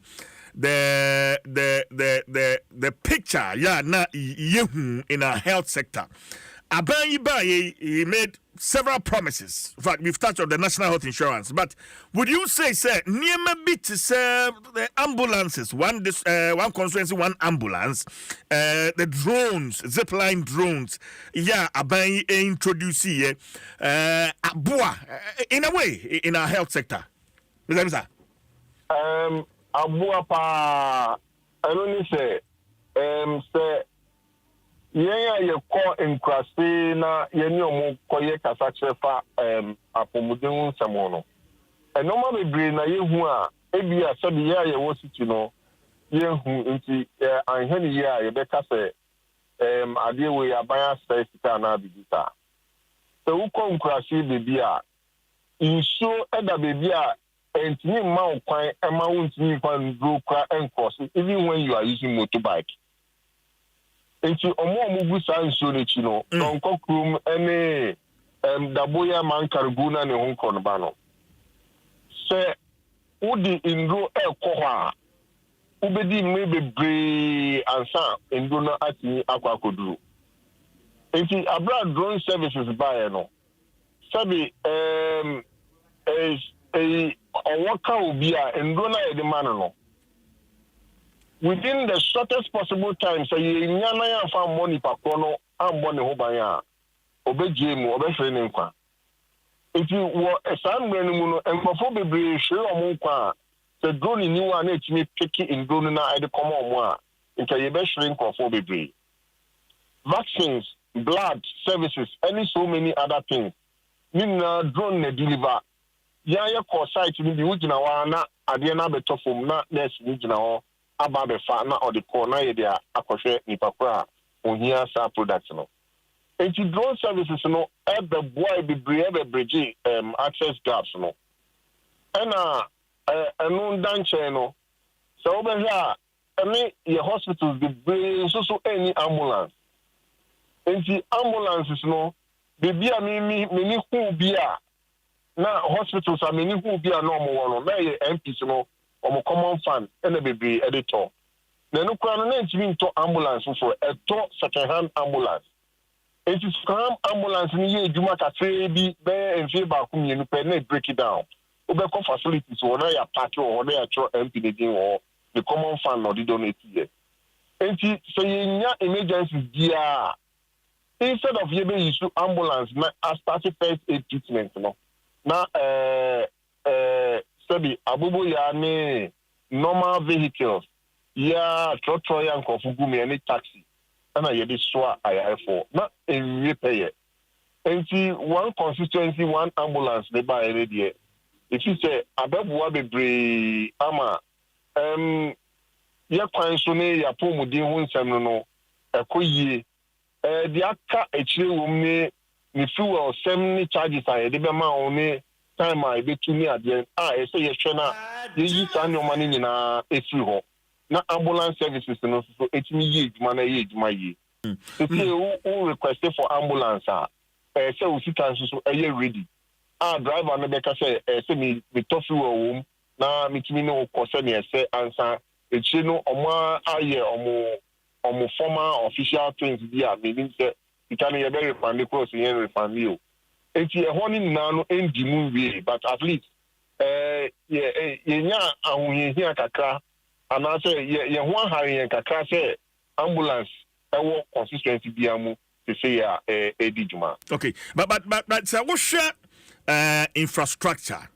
Hospitals are hodua under the past government NDC womo ACC. In fact, me Kaiser His Excellency President Mahama mentioned that some of the hospitals, regional hospitals are womo AC wa Accra na fe new district hospitals are womo ACC weta Somanya, we pay Tolon, Sola, Nineke, Kahua, Wamo AC, Abayi, or the agenda 111 a buy. But also the timing, even or the constructing near Otimi, that's towards the end of Nitena as a government. Osha, Ebwa, let's stay with the agenda 111. Mr. Misa. Agenda 111 SI topical nkomo ayedi amia na nka meka ho asem wen bi tane kra meka ho asem eno ni adi kese a emse ye new president John Mama His Excellency Jami Adom na yeswe in Ebnada so obeka asembia afa pomudin ho a one of your expectations say obeka say obeto agumedia etisa ne so. Because you can't access infrastructure was one of the things now a huge gap across our decentralized system. And you know, so obviously 111 and not just say you were over 100 districts or many hospital. And see, aside the so many now overboy now His Excellency in Breso 2016 for TNCC at the Boa Ghana no. La na be district be ebuwa omuni hospital. So your primary health care so asema yintimi kochi district hospital. So your district yitimi hospitals na finishing year. Abe boy in be ama hold a lot of the challenges in terms of health or ample and travel and reaching any tertiary facility. And the young the monitor say Agenda 111 no ever back into reality. Initially the Nanado government okukuru no kese dodo enso so ye kire ya adwen wo se we kukuru ni saa eye na mum enka ontimi si baako 11 mpo na onwie na ombia no na ye fanya adwuma na obi nso mbra na ombeto aso se yenim dodo a omo esie wie ebia na we bi anisa nanso bebre no na ontimi enwie ye enti aban we ebai emfanye nini so ade na ombewie ni na emfamaye so that district ni na ebenya their basic facility a hospital all the referrals are a health centers ni chips ni polyclinics ni na everything about ama ya so no ansa akọ regional ni tertiary pra enti agenda 111 de ade ayi ni DH kese ye betu die fi ye president His Excellency John Mama no say obeka bibi afa ya pom din semho na say honorable Kwabnaminta akando make allegations be say agenda 111 no aban yesie no kra no danto ene ti so hono a bibia enim we are yet to verify and I don't know as a coalition mo so mani de akire no question ni say ebi danto ebi so equipment na dem so you can say facility functional not say enye dan to normal say odi gum offices there wom infidia e de be hwe nkrofo ene omo be hwe omo be ba ho abaye adwuma ni na aba ansa ya ka say functional eno nti na ye ka ekre aban we say se otimi de na hondi ni na ehyem na osi kakra bi complete na obia no a ema ne adwuma enka ye bepe chen se obesisi bebregu a enya adwuma enti bia akano ekano bebi ene ne be ye adwin bebi nso ye ne nya adwin se afi na edan ni bi omowie a omode fidie ne ade begum na omobia no nyame ncha de eye abanye otisi we nya ho akwanya anto aso ono na ban na aba a ye hwe ne kwan se omo be ye hwehwem yie na bebi amfidie no woni na omo die kokum na bia no ma na ye adwuma enti se obi atumi asidan kra ese obi so tumi finish na obi anoma ye tumi di dwuma Ghana for hwehwe ma na ye adwuma eboa ye na but me say all said and done say we nyina enkamfa no do you think history will look kinder on the Akufo-Addo regime beyond and sooner some years to come? Mr. The question is yentimi fire no nka say aban bia anya hwe ewo ya membu a yebuimu obia regime bibi wo ho a owehu say obetimi edi hu da se kakra na owehu mfaso a edi abre oman ni nyina yeah, you share your health area yi. Say Akufo-Addo abesi when we agenda 111 ne kra na. You feel say wa born homebody say onya service no say obema district dia enya hospital. Na regions na any bi nso benya bi. Na even others nso so abeba abeka ho. Enti dodo bia wetimi asibia no. If it's a ye books mu de ye de kind na bribia say o take is that bold decision no na ye di akire ama afoforo amai omampeni foforo awasan abai ono so ne betim ho na wewie e de abeboa Ghana apomudin ho nsem enti ye de ye ka nanado amembu ene health mu de akwa ye beka ambulance sem ye beka agenda 111 sem you better drones them any other things there or yeah if you say abua especially insurance there or preventive health and so abeka ho enye holistically ye pese ye ho na baby kakra bi na omoyi di aba no de ni na nsem ya no a ye so ye betintim na ye ne aban edi nkomo se ohwe na oyema ya adeboa ye bebre akaba ma me na wase na yamfa nkomo yin si ha che bibia na ye besa akasa bio CJ means me da masi bibre wa kwenya mo de man ya ni sha mo yes time mo afishiapa afenko emetoyen Bright Emisanyako president Ghana Coalition of NGOs in Health and yeneno Atwetwe Nkomo. Elvis Kwajopoku comes through with this one on Facebook. I say, if the hospitals are not complete, how can they be functional? On Facebook. Correct TV, you say NDC knows Ghanaians have short memory and they are playing with their with your mind. Ghanaians are going to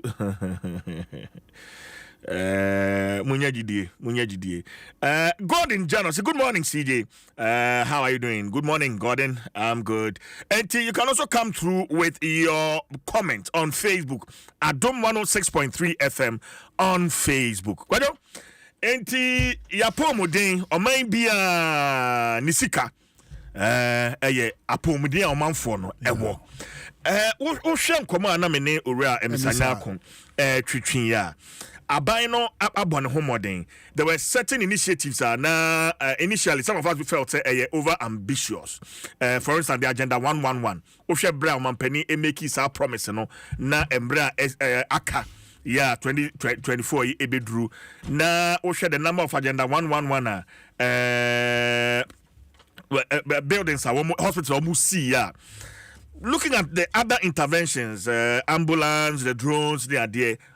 How would you put the performance of both government, the NDC and the MPP? I think, sir, there's one particular problem now. Or how about Ishia or my Ghana and that's or my. And say our inability to appreciate say ye be me ni aso near aban bi aba or ye Shebra President Mahama Ebeko okay terminal 3 it took Eben so okay Eben a Nigerian musician or bar Adom praise and a tweety said Ghana has a beautiful airport in West Africa. But then, now you're central phone, you're the camera call near say airport near there, a flooded, and apart from that, you know, you're the Zikaka day, yeah. Our focus, you see, we don't have development journalism that focus on positives.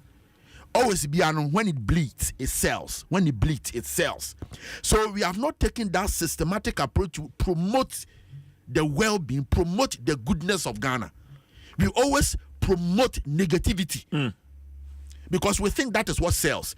So we have never making yen two anamo enhwe say ye de Ghana ebegina abrane ni ye twa mfoni akese e de akire say e na Ghana city enti nkrofo nyina emra. Na ni nyina no so bo de bo amanyofo no. Ene ya MPP wosui. NDC bebo na da pass wonye hwe. E na meka say yen tro. Sounds na ena MPP be ko position obebo this is what the pastor day one year she on the machine. Essence yes will be in contra in the town for NT. Now say amenyo some near dia.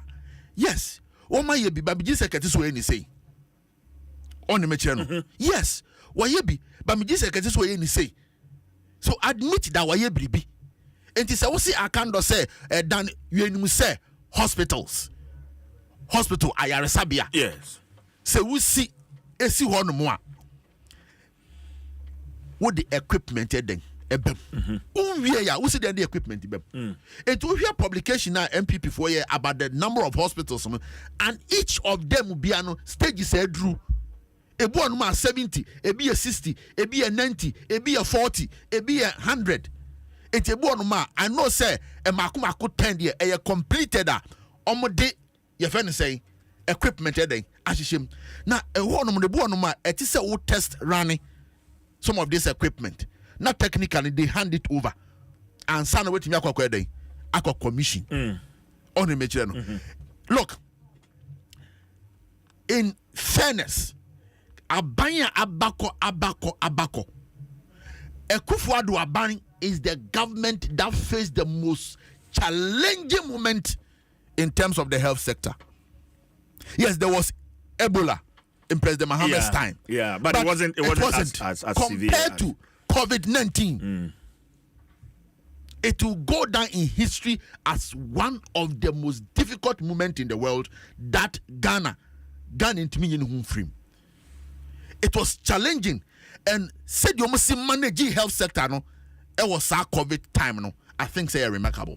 Bomb home wedding. omo bob who modern pa. But the opponent will also make reference to Sika Abino and Sakai and how they managed those finances during COVID. I made reference to that terminal 3. That our focus was only with the fact that say airport a flooded and this kakesi and but we fail to appreciate that in the eyes of the world, terminal 3 is one of the best in West Africa, if not the best. On the mechano. A ben biara eba wo disika. On the mechano. Now we said the COVID-19 is wie amanye twa hwahia ene Ghana. It doesn't matter how much they had. See our power. They have to account. And we are waiting some and say they had 20 billion. Then let us begin to prosecute people. A public account, Auditor General's report on COVID-19 expenditure. Good. And so I have the document here. I'm looking for it. Now, Yashe Sika Ebai. In fact, it raised it made a lot of recommendations. I've seen crying in Fidia Sputnik V virus and 1 we are yet to get into those issues. Say Abai Ba or the around this but do you think we should go back and look into Yabako economy? But do you think the government should go back and look into all these issues? The drones you remember say Kamala Harris in one of her campaign single out Ghana and its implementation of drone service. Yes. You understand the point? That is good. Yeah. But so politics near Obi kra say sad drones no what do call her ma meboa. Don't you remember?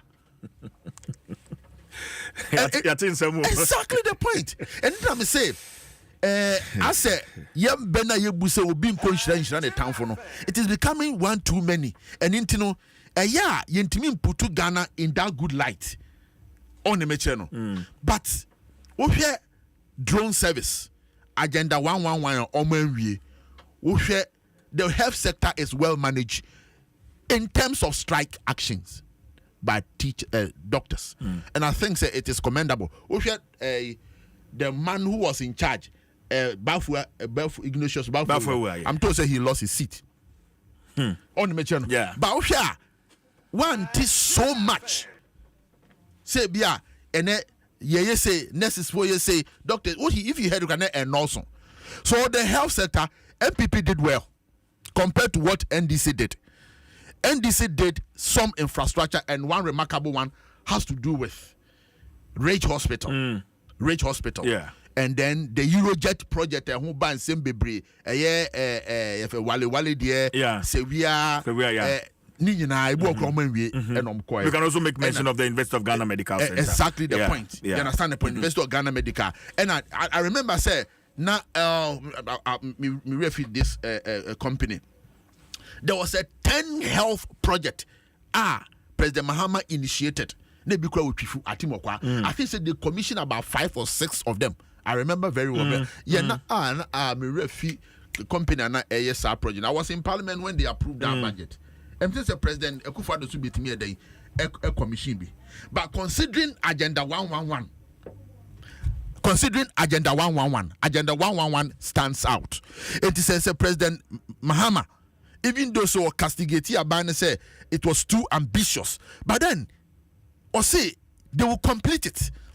So to me, to complete here, it will help Ghana. You understand the point? There are some negatives and some positives, but I think MPP did well in the health sector in as much as there were some challenges that has to do with how COVID funds were managed and other controversies.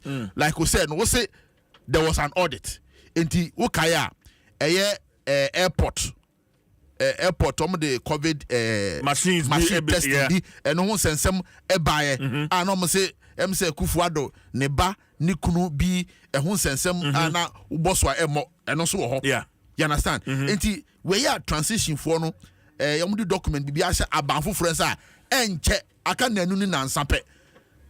They have to let us know eketwitwidie a omo boy say the MPPC ball man from sika hodo omo di odi wasa wonsire ma wantimi amfa nyem puntunwuma no etisi yehu na etise omo ebu nkontatre o man na they should also let us know say sika se no munya ne se sika no wanfa anya den we ni we entino one edition monsa no etise den ye dom famra kwam yan fomfo so bi di o man sika untwe no fa no court use the right system na mon prosecute no Adom 106.3 FM. Dwaso Nsem yegusu ayede somowo.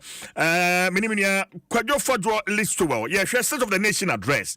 Na ye di atoto ho free 2016, 2017 omampeni nanado ebeso mu. De bepem enne ya omampeni nanado edi ne chatwo kra. Edi ba beto Ghana fo nyina edi mu no ho nkomo na ye twetwe sector by sector na any animdifo so atwetwemu enkomo age wonom adwenkyere ma yanyin kratoi ma na fe yeba.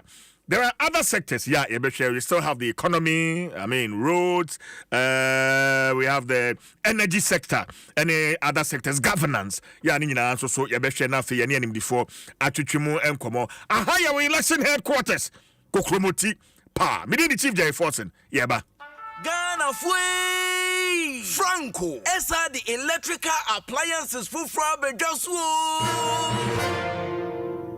washing machines, Asian women yopo, CCTV cameras, any dog clear. Abi you know that Saba mobile phones, this are iPhones, Infinix, Nokia, Samsung, any the keka anyone says you see na Franco. In our binya the papa, ne water foam say Franco air conditioners, every 1.5, adequacy 2.5 horsepower, Samsung and Franco TV, every 32, adequacy 85 inches. Franco, essential tabletop, double decker, any chest freezers, and change na mahoden kwa. Sheshe Franco kwabata biye benwo. Name head office, Ewada Braka, one Roxy Cinema ne die nimre. Friend 0246 422 338 and a 055-5939-311. Franco electrical appliances papa. Efie EBS roofing papa fie. Yasandia babie mo Ghana for. Bronyen DBS Industries Limited for say. One more bow down is one free. I want in the year free monto. Nyehia so beto mo roofing sheets a papa. One dia be drama suni mu biabi. One more be boss mo kama. Won't yashi. Ain't you way the NGSM. We betumi so from what the free estimate. Kai say some promotion if you some prayer ko 31st December. From CCA. Accra number no 0240-844-444. Kumasi so there 0506-004-141. Dakra there 0506-004-242. DBS Industries Limited. Roofing Papa Fee.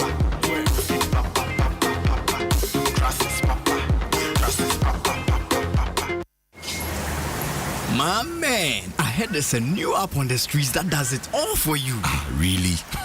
How is that possible? Charlie, I also could not believe it too. But I downloaded the app and I'm telling you, I was able to chat with my friends, make video calls and... Well, we know of many apps that can do that. Oh, let me finish la. I was also able to listen to the latest songs, play games and read the latest sports news. For real?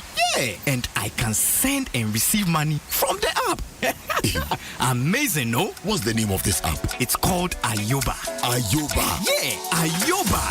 Get Ayoba, your all-in-one app that lets you chat, call, share, play, pay, and listen to music all in one app for everyone. Enjoy Ayoba with MTN and download the Ayoba app today. Everywhere you go.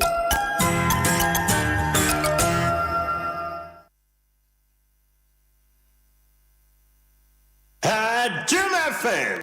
Adom FM. Take money. Alex Lotu anankasa no e ade a manage ho metawtwa pa the game pack buy no be hunu ye am so eno so na mehwe ano so payment no e good nti ma me stop we see no nketenkete na me de call game pack because only the onya one see the kura on so onye ska be bring nti me de call eno so one ya 3 times a day one ya 9 o'clock one ya 12 o'clock one ya 6 o'clock onya one see the kura ukita 54 yet tax na about 48 kura when you be a half the game pack there good pa ti mama hu say ma win no mama ni gie pa say me target ya say kemenya bet say 1 billion kra me dey ma enye den kra dial *946# for chop dey din kunim fa game pack agroyi so na benya mula bebre enne ya ko gamepackgames.com na nya nchechemu game pack agroyi ene le mra techri show ho so enye ma woni endi fie du woche Munia, se upete wudidia, chanu mumu, wabre, ni santen a wudisu wa supermarketa. Enwande mumu, se watarabia efe a edawa kuma so na wopa. Just Momo 8. Se ukusisi utiri hu kakra, ama wenema daho, se wawuni diame pa achire no. Enwande mumu, utio utility bills, eni omu ye juma ufie hu ka. Chanu mumu. Se upese umani ebusuafo wufie na wode chewo da enwani mumu dwumedie biara so upese woye no hwehwe baabi a MTN mumu merchant IDs ana QR codes no bi wo a eyo mu point of sale na eni omu hwembo mu wai for MTN mumu so power brabo no enhwen ma just Momo 8 MTN. Convention. Under the auspices of the missionary food worker, Sister Prudence Hagan Banini, and her executives of the East Ghana Conference, invite all members of the Women's Home and Overseas Missionary Society of the AME Zion Church to their annual Women's Convention, starting from Thursday 2nd January to Sunday 5th January 2025. Venue, Global Retreat Center, near Talented Royal School. Host District, Accra West Kaswa District. Come, let's join hands to expand the kingdom work for Christ.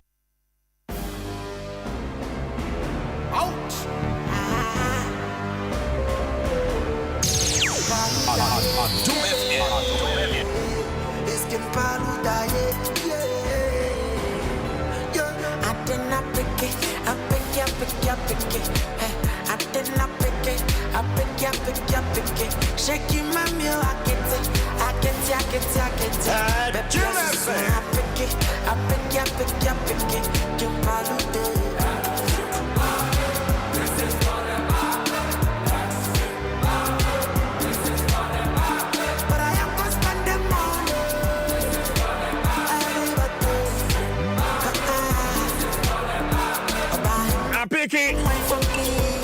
Right here on Adom 106.3 FM. Afa.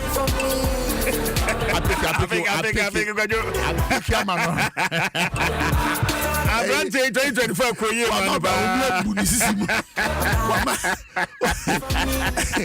Wama sisifiafo ewe kromu anomo omajo mbi price who sisi na say enya fia who problem they say Aisha ni maybe small like ade bi dem so enya price ni bi e dem so omo sisi nya fia na omo start ko gym enyum na impact gym for bem now say na po okoja no obu ni sisi also pay sisi fia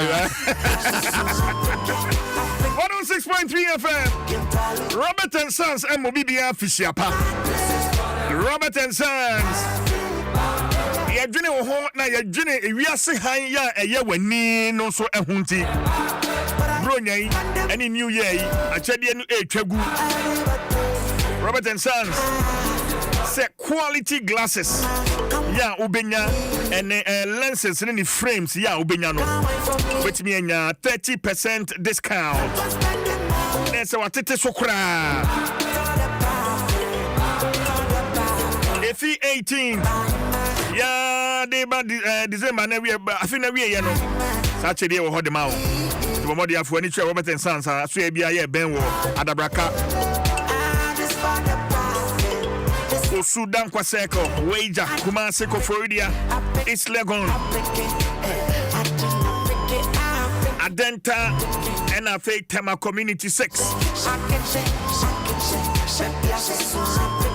when Robert and Sons M2 Chinkomo 0302 222 601 and 0501 519 111 Robert and Sons Optical Services. Seeing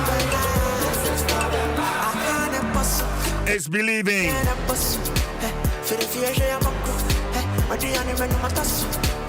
Well, Yabakuya ni answer no ma yentinsi omansi kasem.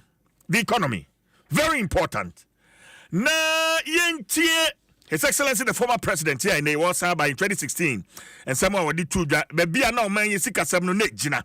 Yenkonkoti na fe yewia yentie His Excellency the president Nana Dankwa Akufo-Addo na fe yewia yene onimdini Dr. George Donfe wa ben sikasem mu pa wa ben na yene no so atwetwe enkomo tientie His Excellency the former president John Dramani Mahama. Mr. Speaker, we inherited an economy that was running a high deficit with increasing inflation and interest rates. It was also characterized by a rapidly depreciating currency. This unstable macroeconomic environment created an unfavorable investment environment both for indigenous and foreign capital. Our forum at Senchi was an attempt to forge a consensus for a homegrown fiscal consolidation program. Mr. Speaker, the Senchi outcome eventually became the basis for the IMF extended credit facility that we are implementing. The ECF program, as it's called, has resulted in an improved macro environment, which has seen a steady decline in inflation and interest rates. A new public debt management strategy is also seeing a steady decline in the public sector debt, estimated to have dropped from nearly 75% to below 65% currently. Our currency, the CD, has also this year enjoyed relative stability, depreciating at just above 4% this year. Mr. Speaker, while the deficit target for this year might be missed on account of inability to meet revenue targets, it is important for us to continue to pursue fiscal consolidation in the third and final year of the IMF program. Multiple causes are responsible for this inability to meet the target.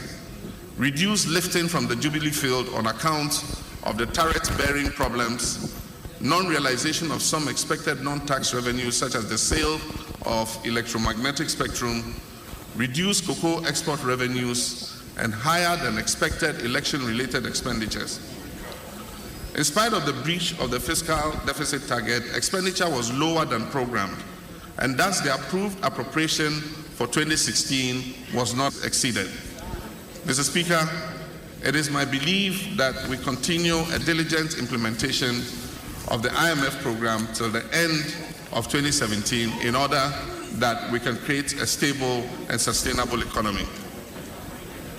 Mr. Speaker, Ghana's economy is still the second largest in West Africa, with a GDP of almost $39 billion.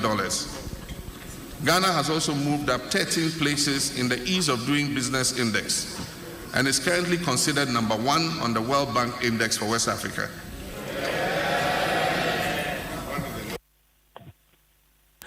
Right. Enti Yankoti and Nana Dankwa Akufo-Addo in 2017, the first State of the Nation address on the economy. Mr. Speaker, I say nothing new or dramatic when I tell this House that the economy of our country is in a bad way. After all, it's true. You know it's true. You know it's true.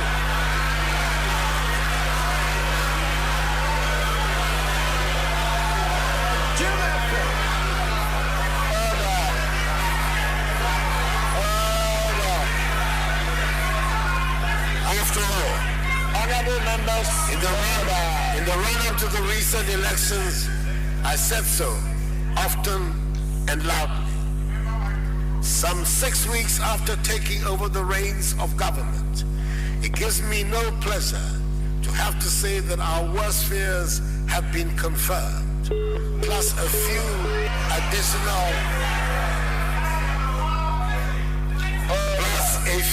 additional unpleasant surprises as well. Mr. Speaker, many get quite lost when economists start rattling figures and statistics. I will not try to bore you with a lot of figures, but I hope you will bear with me as I have to put certain essential facts before our country. You would recall that notwithstanding the fact that the previous government had more than 10 times the financial resources than any other government since independence.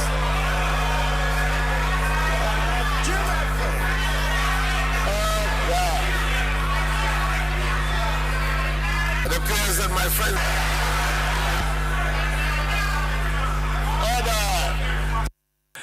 All right, Adom 106.3 FM. So, Nana Dankwa Kufuado in 2017 on Main Sikasem, or say so this answer, so to Jamamema Dr. George Domfe, or ye economist, Meneno, and Train and Como. Doc, Otemenka, Afishapa.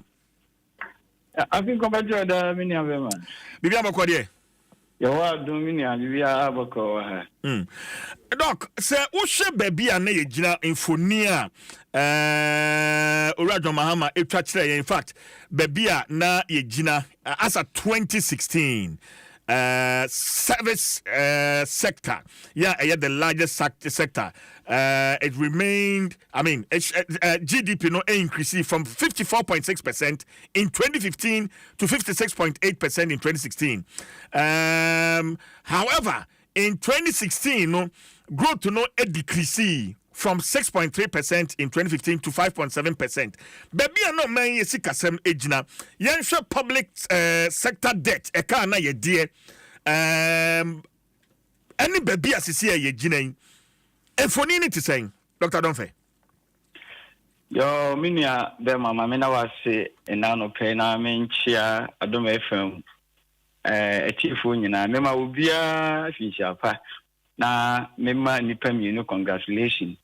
My first congratulatory message enkoma Yorana na Akufo-Addo Adedankwa say nyame de no drum Ghana na for the past 8 years wetimi edi Ghana so ama seven previous na we ama maya twetwe ho ehia ansensem tokwasem ne ade yihu bi no de na yebede Nyankopon ase say papa yimfie nwotwe na otimi ye n'adwuma Mamensa ma Ira John Dramani mama so congratulatory message kese pa so nyame de no drum Ghana na obeye vice president na osabeye president na nyina Ghana for attend the DID no adapa yitwa no wampaba wasa ko Ghana ho donti ene wasa tra babi we say o ne mebi eso wo ya ene waba yeho aya adoma na otwi ya ebesimu de wo mu firi ho ade ebesimu no also abeje abanwa na transfer for the next 4 years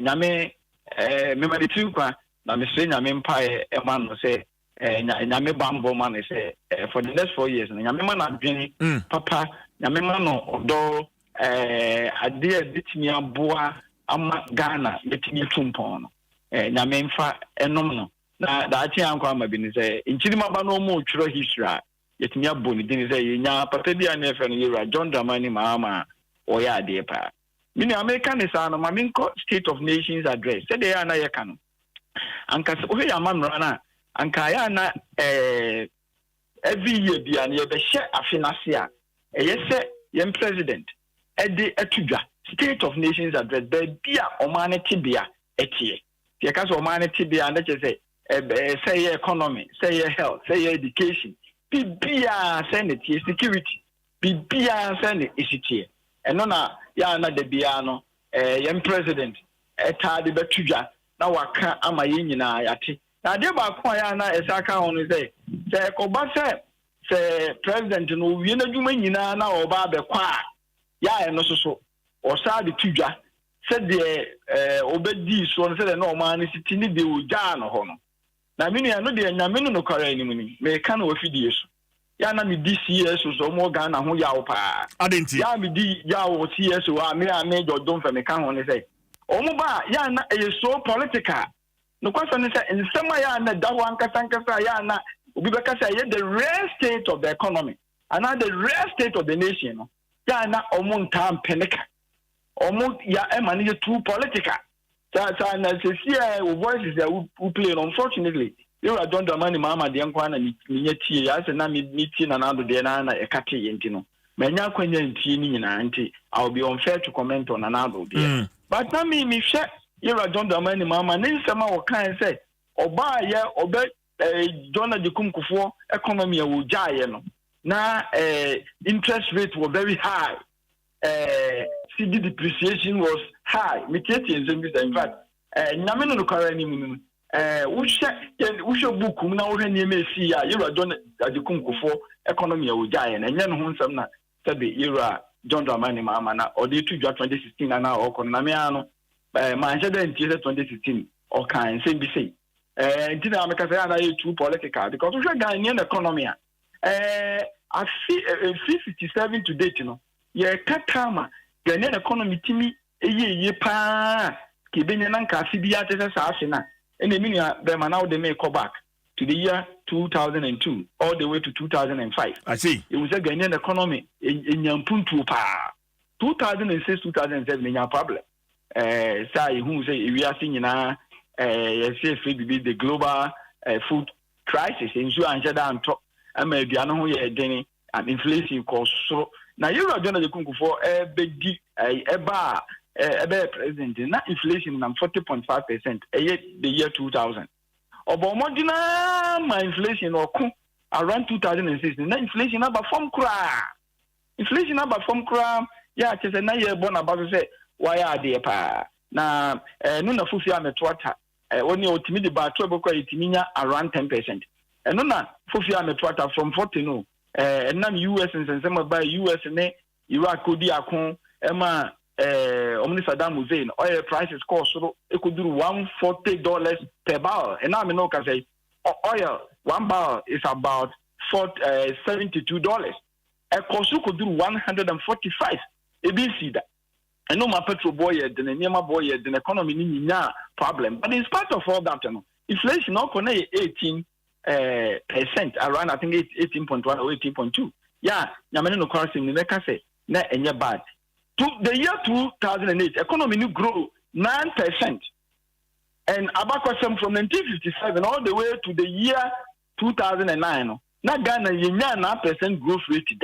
And that happened to be the highest growth rate. It's the economy now you are doing the Kumku giant. It won't send any economy and done any be autonomy. But relatively, from 1957, but also kind of cry. John the Kumku economy giant was one of the robust economists. Mammy can't be a crown. Yes. You are John the Kumku for by Naka Menegana. Amaya could do Pempensobia Yakakra in Timintia. Say a year revenue, yet the almost 46% of our total revenue. Say, yeah, would you revenue in 100 cities? Would you move 46? Ekutiaka. That say, Tina Omanu di a penny.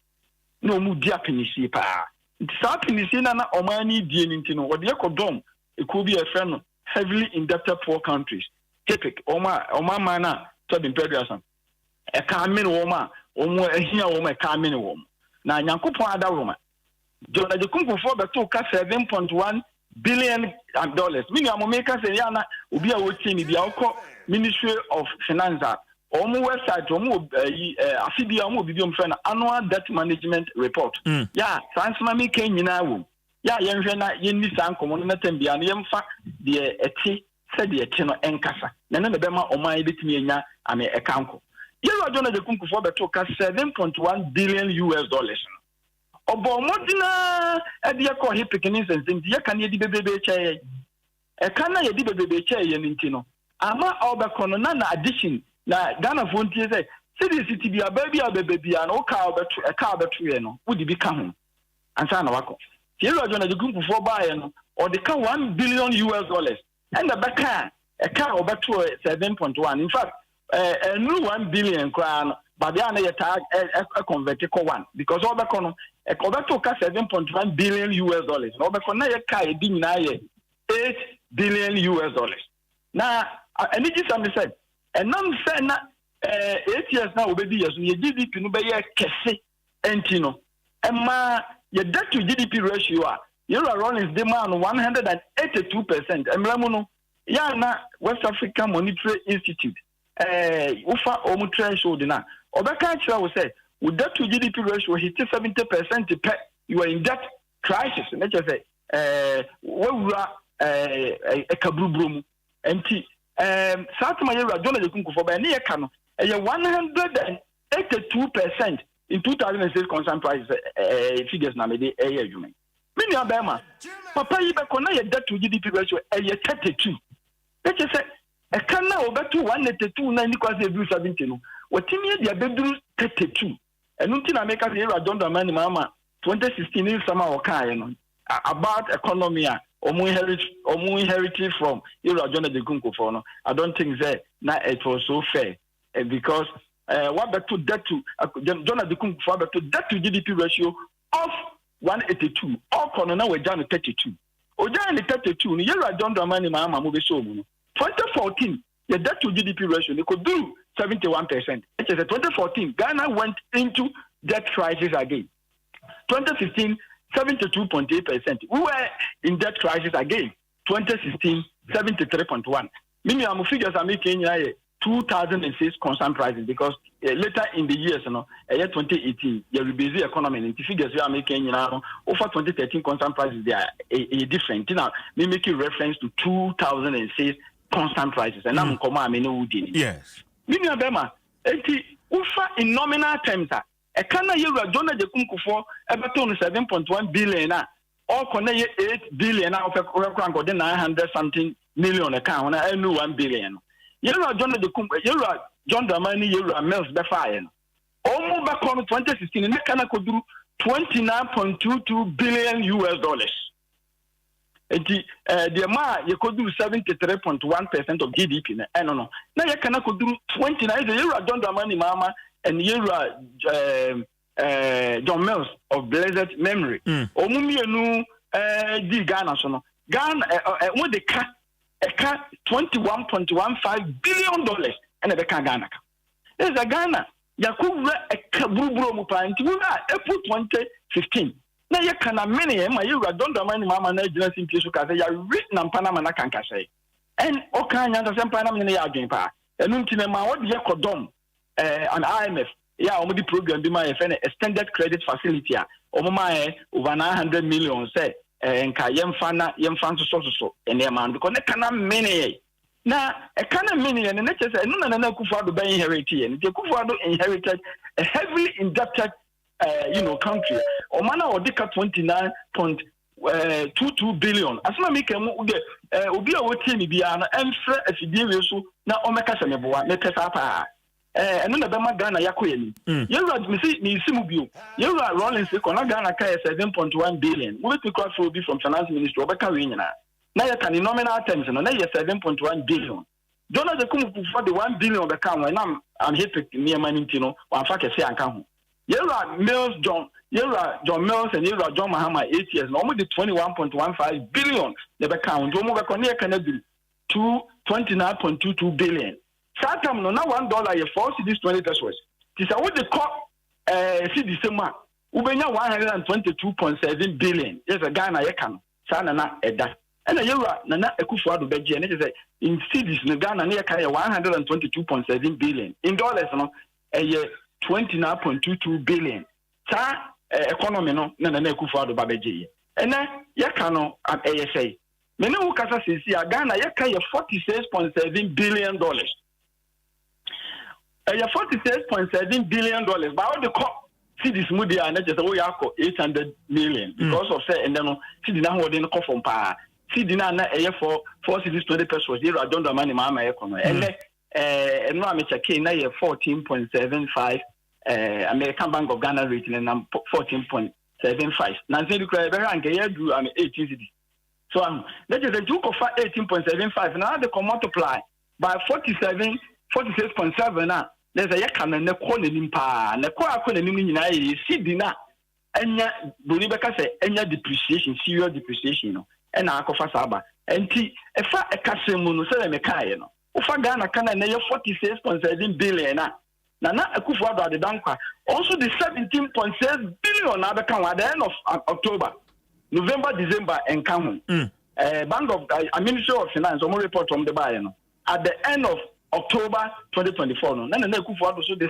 17.6 billion dollars and abeka ho yeah the bia say 2 months na aka no me nya sure say or the 1 billion beka Ghana ka ho ne sent no u sha petatakram fa that addition there Yura John Domani Mama ne Yura Mills ne de kese ka ho pa 21.15 billion Nana Akufo-Addo so make us say at the end of October, I'm 17.6 billion at the account.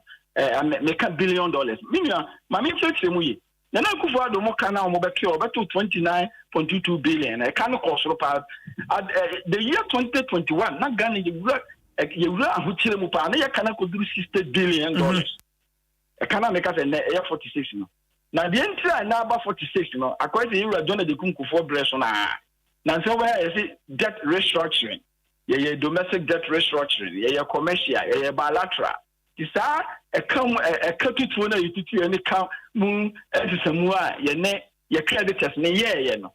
And no ne abuama ya kanana and 10 million the year 2021 and then ya maybe abuama a canon so atishi about 46.7 billion. That is almost about 13 billion there. And then meaning free academy and neka compared to the year 2021. But say the city biano Nana Akufo-Addo buy and over 29.22 billion. When also they call 46.7 billion. Yeah, may short say because any day November, December no omo bebo bosia kakra. Omo bosia kra omo ediswa. Treasury bill near the adena omo jeno. Na otwibia omo jepa. Yeah, ni nyina ebeka Ghana eka. Etimi no be mefa ekasem no sa na mekan. Na economy na so say netie. Yeah. Economy no broni say bibi growth.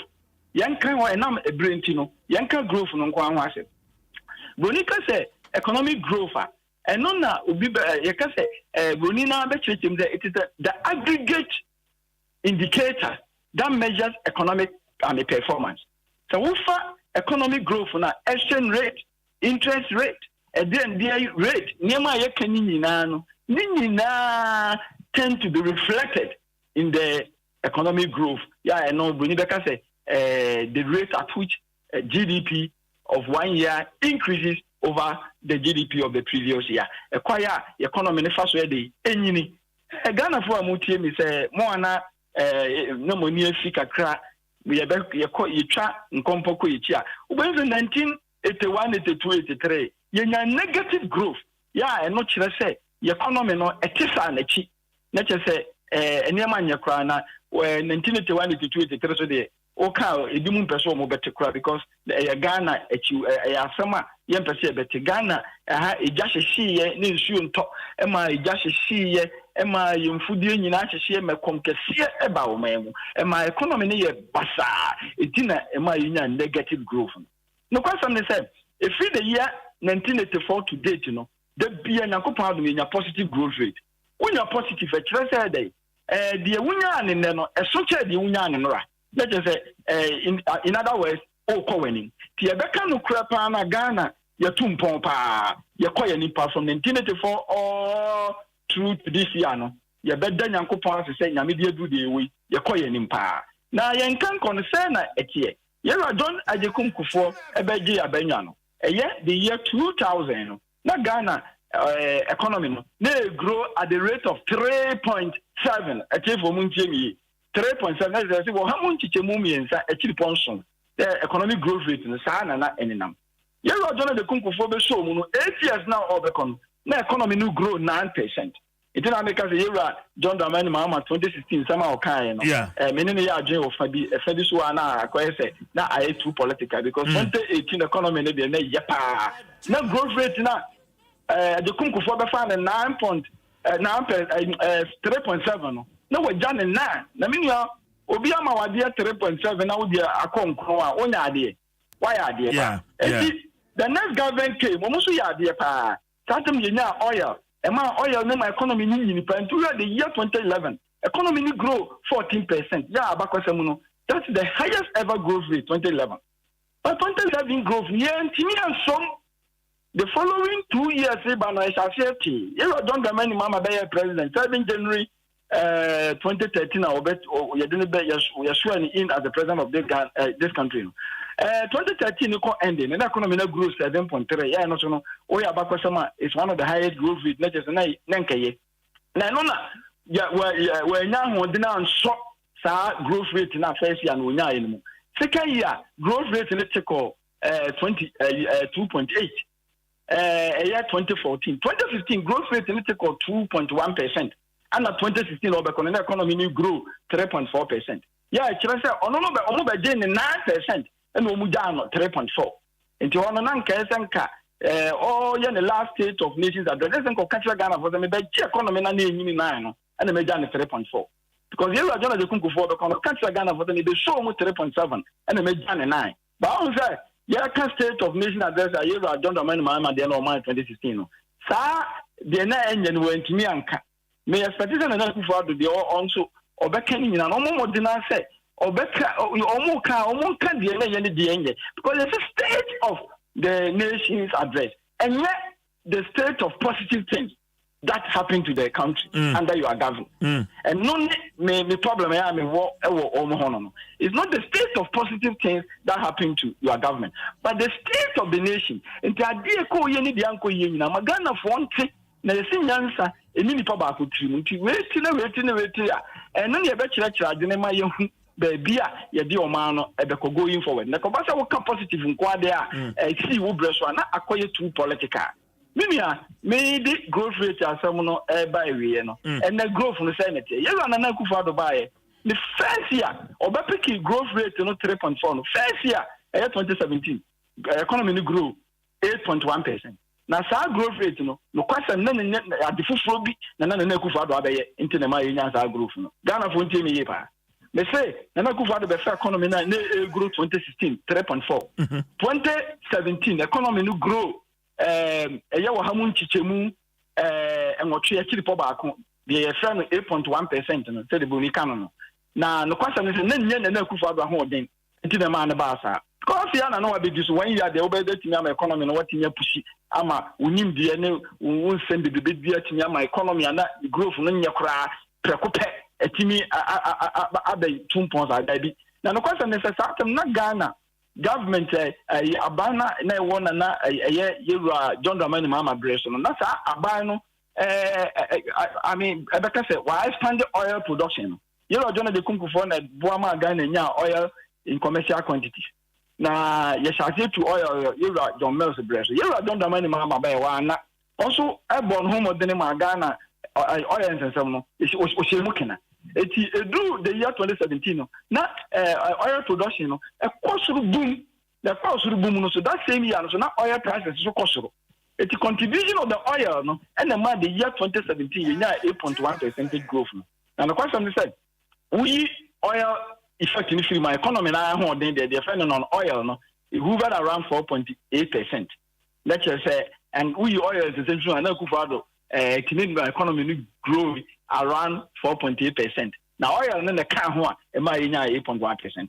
Meaning the following year 2018 economy no grow at 6.2%. Na 6.2% no and no dey sa tim na Nana Akufo-Addo niam bia odi tu dwamu no na ahya se ye adwuma agricultural sector oba ye na sabin previous na aticha pansam kwana agricultural sector na man home no so na agricultural sector na ye wa John Dramani Mahama breast growth na nkoso nya na agricultural sector na the man ko ba sa nya se na nsu na anto me be kai no na ma akoso mo we ya e ma dunso e ba ye na Ghana yo man bia ya na me di Ghana ho yaw se ye wo Volta River kesie ya de bia free Burkina na nam Ghana asase so sa na akogutu ya nka o mu se nsu to e be boa de but the way on Nyankopon aboye no wa ma ye nyansa se esenka ono kwanfa no nsu no ma ya anka de ene na ne nam asase so no ke betimi use to be able to no irrigation no nanka akuafo enta ntwen nsu bebrebe enso so ankobasa Ghana ya ho odin ni nyina no ejina se odomankoma atonsu odomankoma ntonsu a na enema asai ya anka at this stage of our life no we should be doing better than what we are doing na eno na komba se na Akufo-Addo ba ni so sha ase toy or the name maybe so gugu kwamu agricultural policies bi and so be boy na through that and agricultural sector na shall say ye adwuma pa e boy in 2018 growth 6.2 betimi de ho ayiye ama Nana Akufo-Addo 2019 economy no yade pa grow 6.5%. Now 2020 the na growth no nyekra 2020 na se be kai a atiefo yare bi ba ya na se fe no covid a na ebi nko ebi man the growth rate no be 0.5%. And indeed, that happened to be the worst ever growth rate since the year 1983. na free urban economy is born home in 2021 in a growth rate of 5.4%. Yeah, nanke nyina say baby aye duru den ke kwa no. Then Russia, Ukrainian, Yemenian, and send the baby boom 2022 growth not tiba 3.1, and at 2023 growth not tiba further down to 2.9%. Me know because this year, Yankupon ame adaroma economy na sa done any akore 2019 baby ani e wono. Ama growth no ashafia eye pa. The first quarter of the year growth no na 4.7%. Because the first quarter of the year, not just January to March. 1st January to 31st March, economy ni wahamunti chemuna ya chili ponson 4.7. And now 1st April to 30th June, second quarter no, economy ni 6.9%. And now 1st July to 30th September, economy ni 7.2. Yeah, bibia there the prefer I feel no growth rate no will be higher than 6%.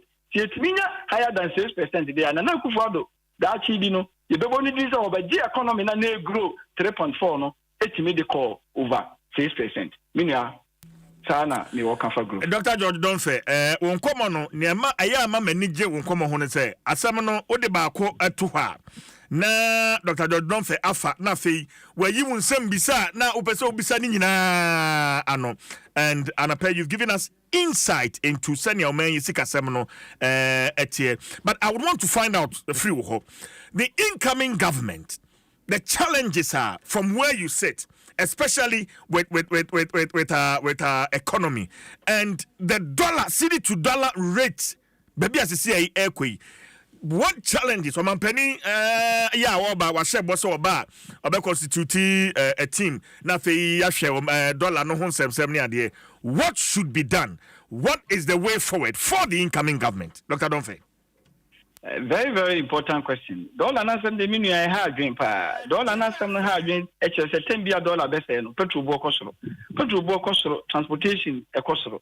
Transport kosoro ye to tuni nyina mu ma ho kire ba ma obi a ho kire no. Ti akwese Ghana ena ye hyebre ene boni beka se destiny ye de akɔhye obi sika ensem. Omana an otisa no onye omana se bi mpɛduasa anka waso aware ezenka uye nipa kwa na nikwa zenke ma aware. Wa utimi emfa wo hyebre enhye wonsem. De obi ye de baabi na akyere de ese wo. Enti Ghana nke nipa nke nso aware.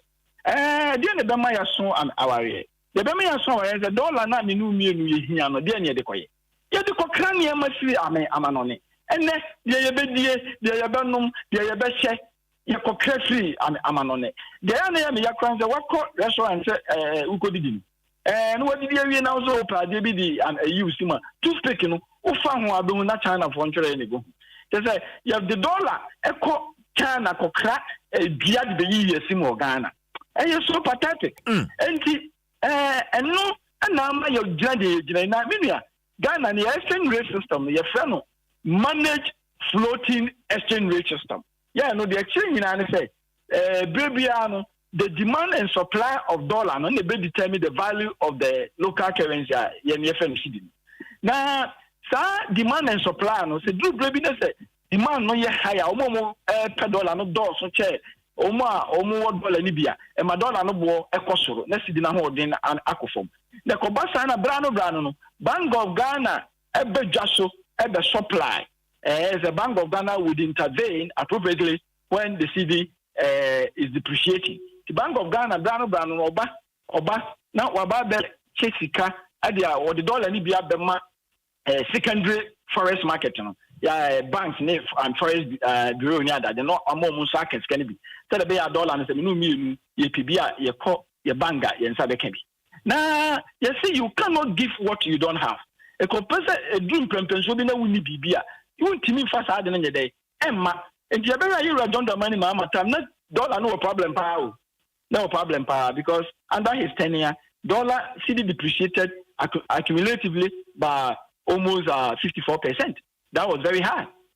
Nana Akufo-Addo Breson in the first term, no, accumulatively, cedi depreciated by 27% for the whole 4 years. Yeah, that happened to be one of the best records.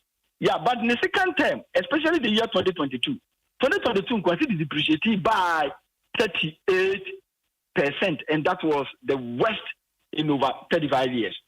didn't ma you could do at the beginning of the year 2022 na Ghana ye total reserves ayewo ya ma Bank of Ghana ho de ma ko bebe jwa so be so $1 no na ye $9.9 billion na just nke na ye wiskapa wo de share with the share you don't know many man 2016 in December no we just $6.1 billion.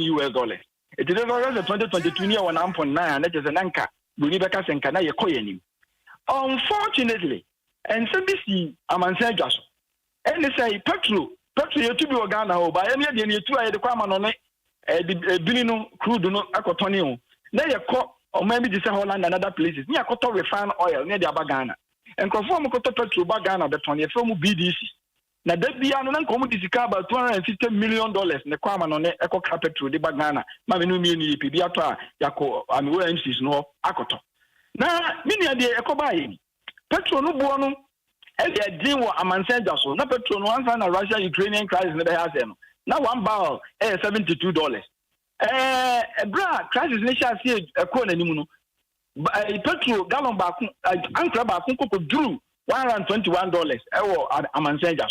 Not just a petrol bona ya deal or that time no not $250 million BDC the petrol no they need that for every month. They need that $400 million every month.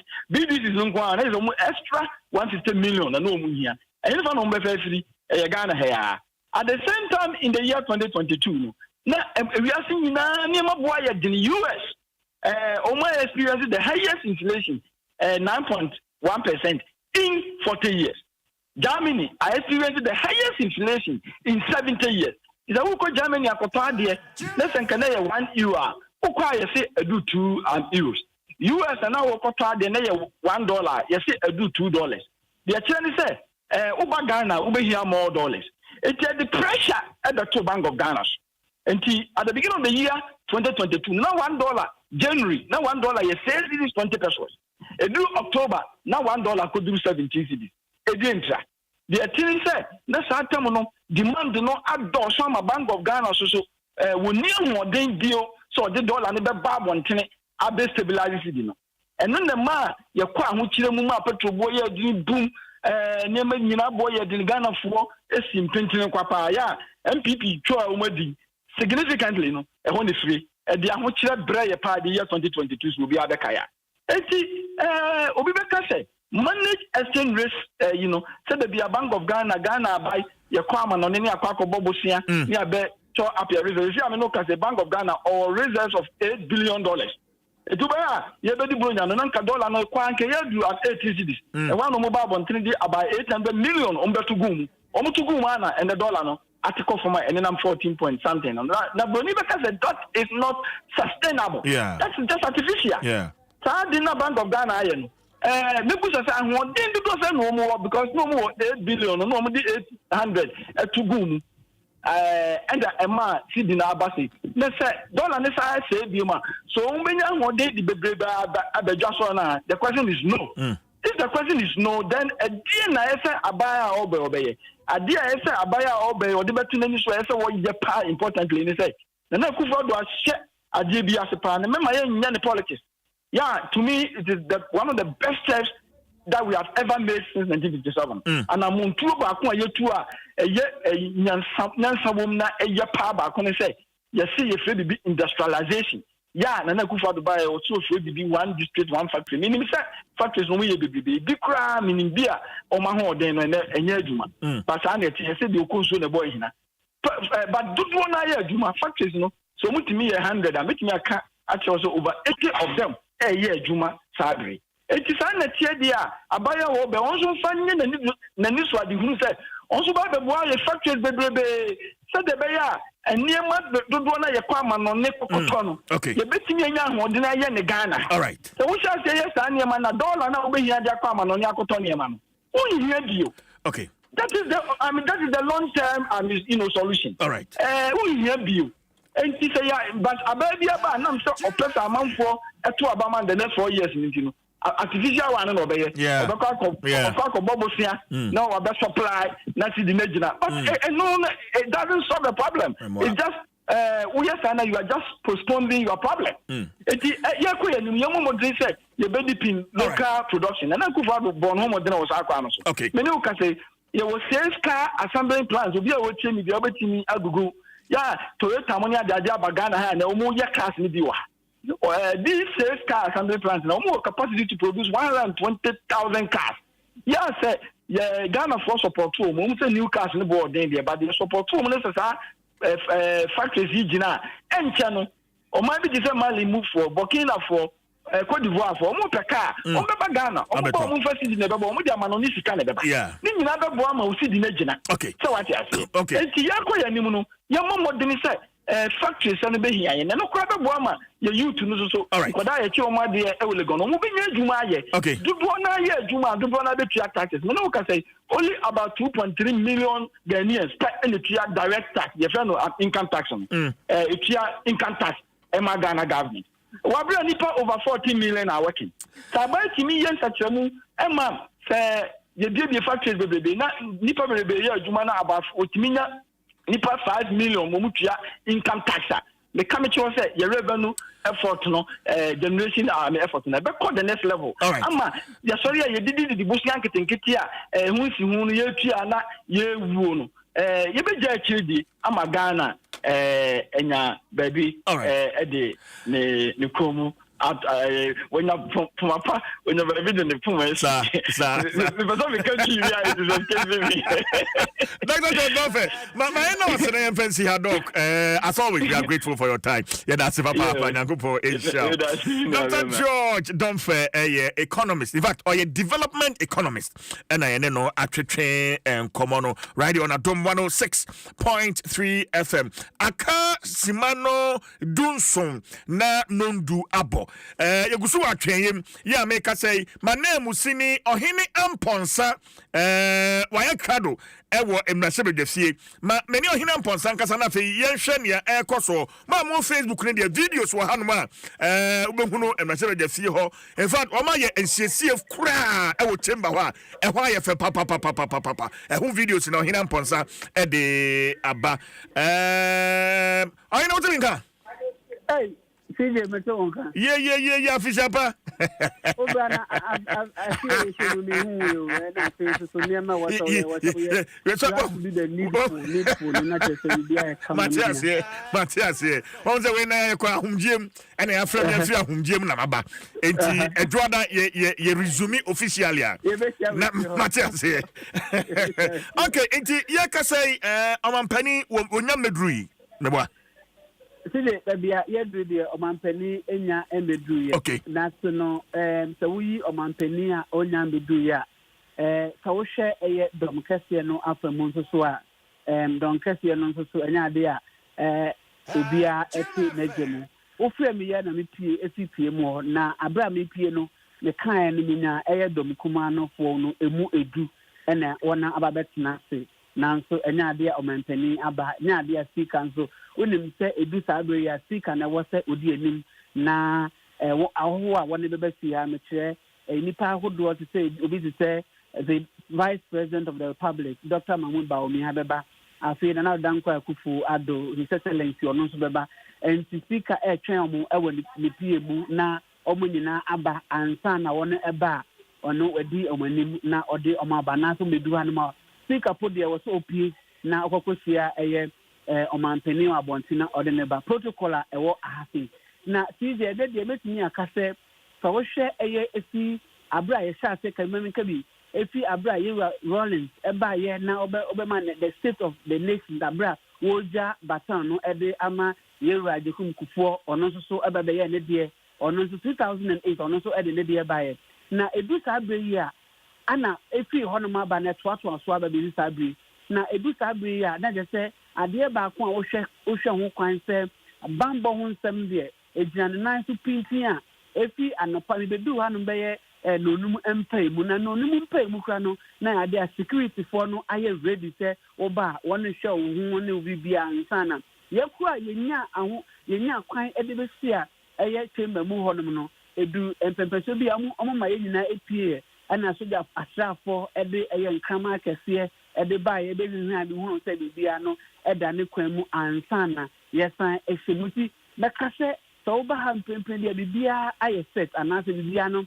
ayɛ krado asojafoɔ ɛwɔ hanom apolisifoɔ aba ha Central Band of the Police Service and also ɛwɔ hanom afei all the other security agencies ni nyinaa nso ɛwɔ hanom a ɔmo nso ɔmo de boa na the marshal department a ɔmo na ɔmo hwɛ na bambɔ ho nsɛm akɔ so ɛwɔ marshal bedwafiase no wɔn nso so wɔn ɛsoso mu a na yɛde awie na mmom ɛnintini bi ɛna kyerɛ sɛ wɔn nso wɔde wɔ anuonyam ɛde ba na wɔbɛbɛhwɛ sɛn ɛna ɔmampanin Nana Addo Akufo-Addo ɔde n'anudie nsɛm a etwa toɔ sɛ ɔbɛbɛyɛ mampanin 8 years mfe mako wɔtwe mu ne sɛn ɛna ɛka no ɛnɛ mahu ɛyɛ ebinom ɛte sɛ yɛwura afoto agbo ɛnɛ ɔyɛ ɔhene nti no wagyegye ne ntoma mu sɛ ɔhene ɔyɛ the former member of parliament for Pon Katamanso ayade a waba esiase afei the almighty anaasɛ the good old Samboku Jeto ɔno nso so ɛwɔ fie hanom a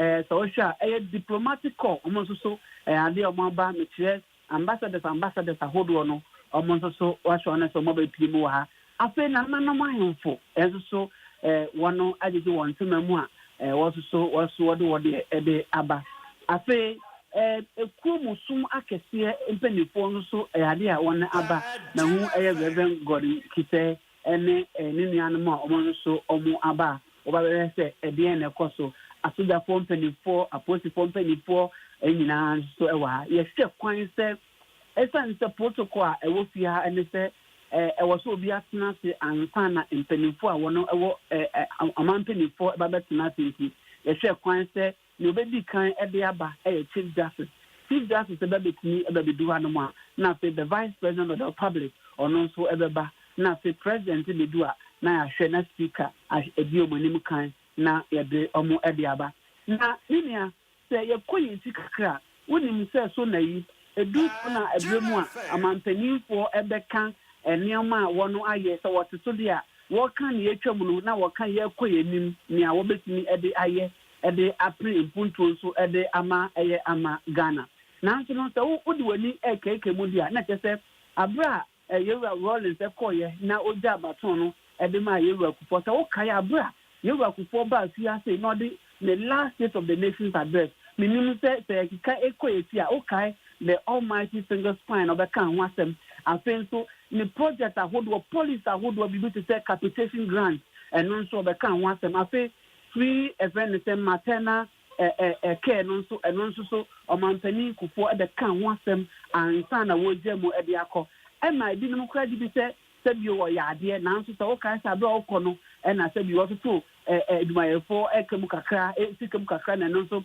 ɛbɛyɛ nsɛn bebree ɛna ɔno ogya akyire ɛde ma ɛyɛ Professor Mills nso ɛbaeɛ no wonim sɛ yɛka tax expert anaasɛ obi ɔyɛ mmaranim ni na almost a tax consultant a na kyerɛ sɛ ɔgyina brane ɛyɛ Professor Mills nso baeɛ no ɔno nso de ne deɛ baeɛ na ɔno na ne focus ne paa no ɛyɛ public administration ɛna afei taxation ɛna ɔno nso ɔbɛbɛka ho asɛm na ɔde kyerɛ sɛ ɛno na ɛde boa ɛma ɛyɛ mpuntuo ɛna afei nso sɛ yɛkɔ yɛn anim nso so ɛtumi ɛde aba yɛwura John Dramani Mahama nso wokae ɔno nso de ne deɛ baeɛ ɔno koraa deɛ ɔka na obi ɛwɔ hɔ na wasɔre sɛ asɛm asi anaasɔ bɛnten na yɛbɛdi abɛnyan sei nipa no yɛaboa ɔmo ankorankorɛ ɛma wɔ dwumadie nso atumi akɔ so ɔno nso ɛde ne deɛ baeɛ a evidence based na ɔno nso de bɛkyerɛ ɔman no mu nyinaa no sɛdeɛ ɛteɛ ansa na wɔda ne akyire ɛde ma yɛwura Akufo-Addo na wohwɛ ne last 4 years yi ɔde baeɛ no a na yɛ the bridge between the first term and the second term a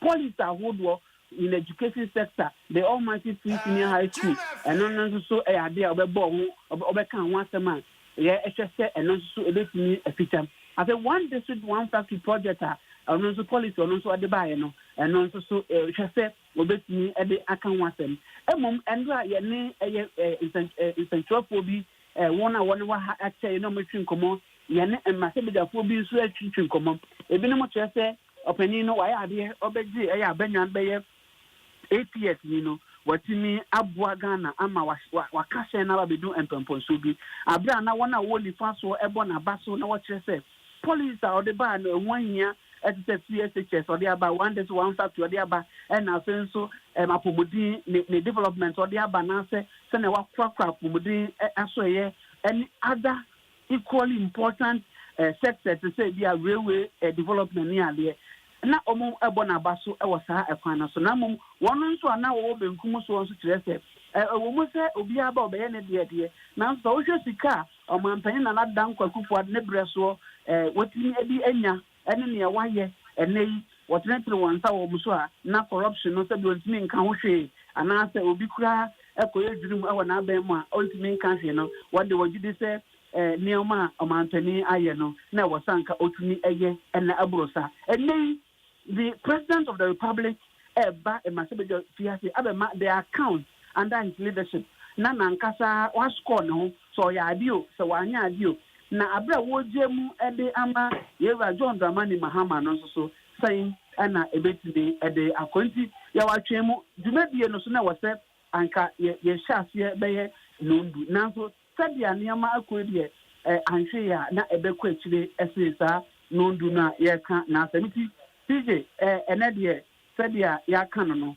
saa ena ebekọ minim se o asemi sadia ohene wagba amane ni nyina na parliament fie hoyi a momo hoyi wo wakoye unofficial na sebedwani nti me hu se why kama pa for obi a onnim dwumadi a akoso parliament ho a me hwe ni sese ya me hu anana no mahemfo approach from penifo ni ade a won mo ho ensachaye men pa na akoso fie ho a ye dey train the 9th parliament ayina bonza sije se wo hwe emponi no se na ye twa no a ahade ahaye seyiye ne nyina ene se wo hwe aban no anase oman no ede sika pore 2.26 million euros ena odi ahye mo se akasamu ahodo apono ahodo a wodi djuma no wo se ye pege mu kakra enei so hwe eye apono a esi wonom brofokasa mu ne atune din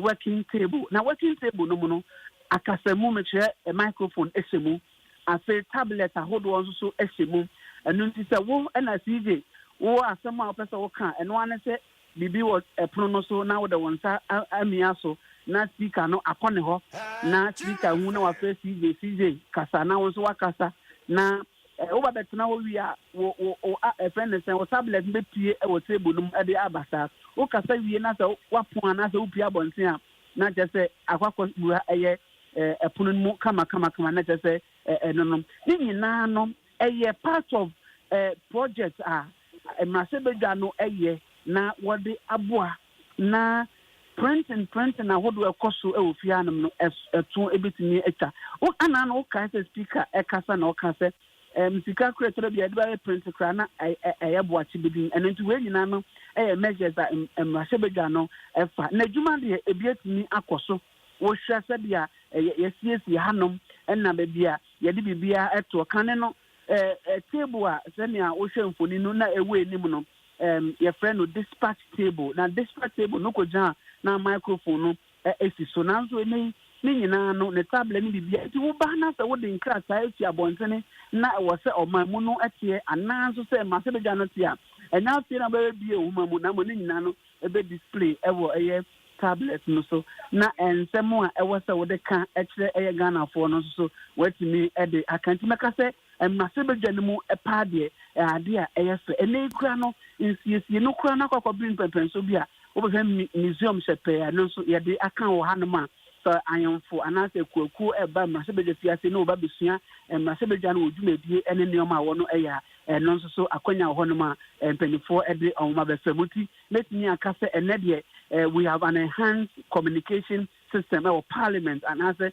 a chamber ho ankasa ni nyina no ebeboa ama dwumadie no a wa hanom so etimi ede akoso na wohwe mfoni no a yede bi egu social media ni din a wotimo se asesegya bi esi ho saa asesegya no a esi ho nom no ekire tumi a oman no ede ama Masebedwa no ekire tumi a oman no ede ama the president in fact ye obakubu a ye friend the MACU eno ye authority of parliament se be djuma na se saa ade no ensi enim ho no ma wodi djuma no a enyeyi afese be public business ana ejumedi abane de aba saa maize ne sensi wotentene so a wudi a enye ye adi se okwan no ansa na nti asisodwa no ene ne esi wonom eno kire se authority ana so obi a oman no tumi nyina hye ne nsa na dan kwakufu ado obafia nti wo se saa asensodie no a eye asisodwa no a yede Ghana ahusuo ayesumi pepepe edem no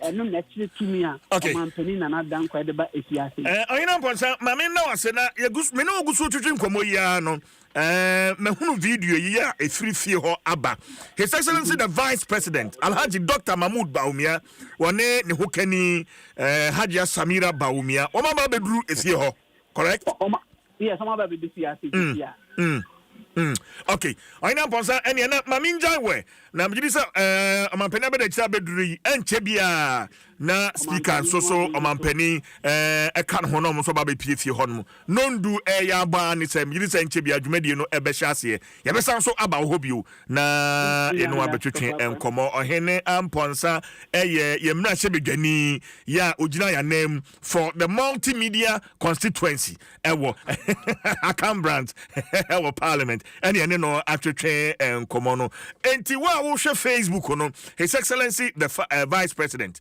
and wabe PM ha washe ni suit kama one hajia ono so afan hu ye na fe approach for di na chire ya wo wura emrahye bedwa fie ho we akoso yi anche bia na chese His Excellency the President na nado dan kwa Akufo-Addo and the Speaker of Parliament and so ba be pie efie ho na chese dwumadie no a na ehya ase no wo se wo kan ye ho a Adom 106.3 FM ma sankai boy se wo use Telecel fixed broadband ni bia akwanya aba beda ho de amount.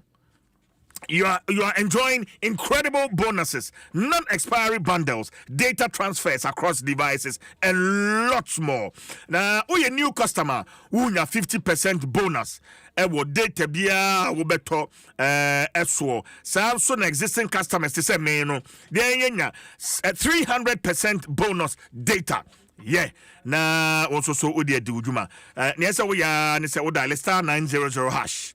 And now so Telecel Play app no ukoswa obetime edijman ewo so www.telecel.com.gh also so kwa bibia edana kwan so eho Telecel connecting energies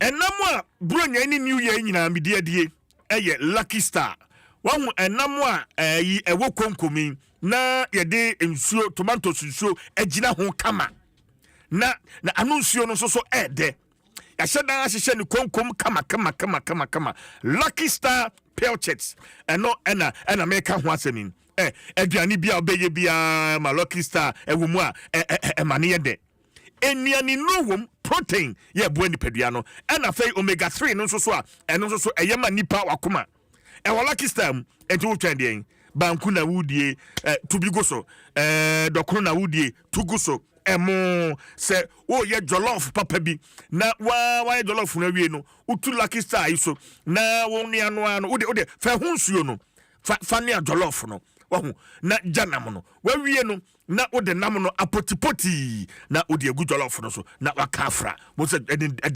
edidam sa ya wana hodo mienu 12/425 grams eno eye for apunto akese no ene wo 24/155 grams and also so ewo and here for everyday use enti shop bia ye ben oduwa bisa Lucky Star and non and somunam a ewo konkomu a yaye no kwan soronko so ema wapomuden se wo pedodo atua fre 050-257-5330 Lucky Star mobia fishapa.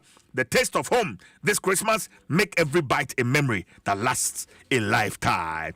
Say ye boama watu tu usika semwa Affinity app no ena ye kwaso ede aboawo Affinity app ya eboawo se upesika de ahwe adwumam kwa abefa so na waye ntotoye ede aboa wa adwuma no a wo ye no eboa papa sika ye de ma wo ya ehun si ho bi enu won use app we na ye ntete debi so you are not just getting a bank, you are joining a community that's on your side. Se wani je ho a dial star 229 hash. Star 229 hash. Na fe won saka app no. Na uko affinityghana.com a won sabetime aka app no. With Affinity, you are not just banking, you are in. Ma yenyin kratwe na yentin free ho na afi yeba na chese ye aka chebia no ye de no so eba be kan ho. Midi the chief giant force minimia Listowell kwado fodo esquire ena na pay ye de dwumadi ye de bro ye ba sisia.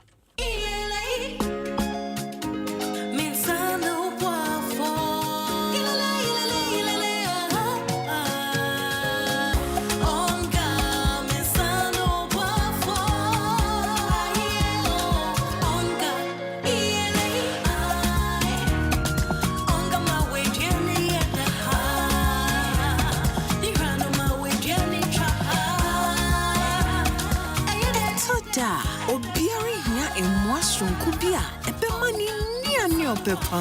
I had de change. Onga, Mama Sano Buafo, FDA, a JD in Kratoyasu.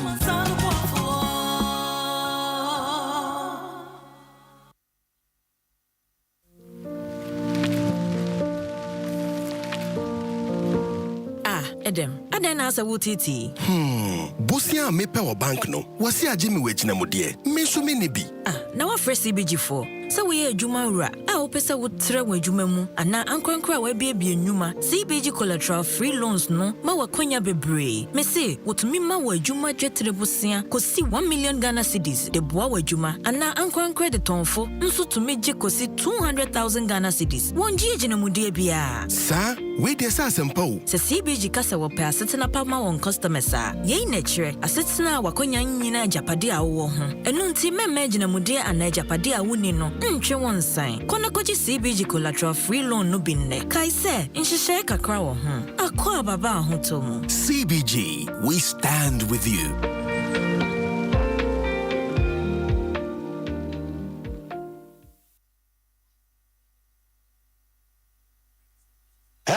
Jim FM.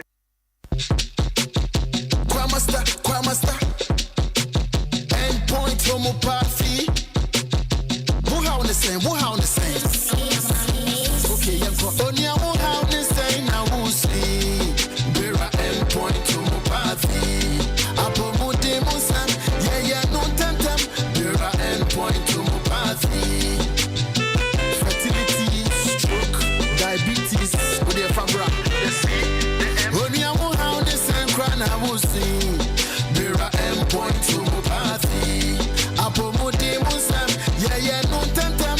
Bera endpoint homopathy.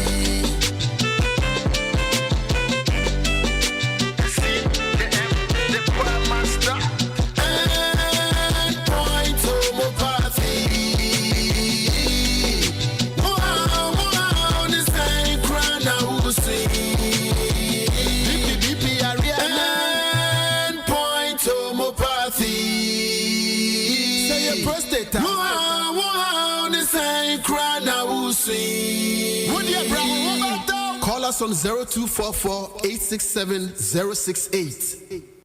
Ujam, girl, be a mistake, Makuno. How would your wife we are? Oh, what you sorry for the disappointment? What I my wife. What? Why? How? Wakonya deafis or hima feminine mixer num and deafis feminine cleanse. Ya what dia sawa etibie, esses na himfie. Ama enye be a pampa meno. What ya sovo asisi, why you basima palma, ya wadiana house bio pa. Deafis or hima feminine mixture, and a deafis family cleanse. And you make new girl who never is in the table. Mr. Mensaiko, Metatapuni yeti here. Enti enye Duffy's or Hima feminine mixture. Manum ama enye menstrual pains everywhere. And a menya Duffy's feminine cleanse. NCS ma himfia. Anka futwa wodi ibre mikununi. Darling. Yes. I don't want to see this your friend in this house again. Okay, my wife CP. What? Oh, Pia.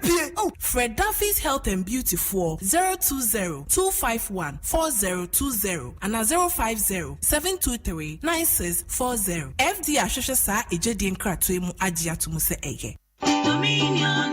Dominion Herbal Say you can say Dominion herbal powder and immune system and then Pablo will nip a drum yet. Then the senti, what I did, I resume Kunimua, and more than say be new. I don't dare find fire, Manumbi, Tina me do one dancing, and I say, Meme say Dominion herbal powder, dear, Minia, and yet a man for dancing tea, and a bacon fool. Near I yet will nip a diamono, a bromagen, and a mentias, and my Dominion herbal powder, and how would the beer at that? Someone at the honor. Dominion herbal powder, and once one you will so share will take up. Now that trick to us, Biagumu, what chance to Yanum. What we Angels Dominion Herbal Center, one cocoa and a diaba, a pen for a baton more money for, and Quadawi if you do me one come home. Do 054 315 8195. FDA, I did a gradient crap to you at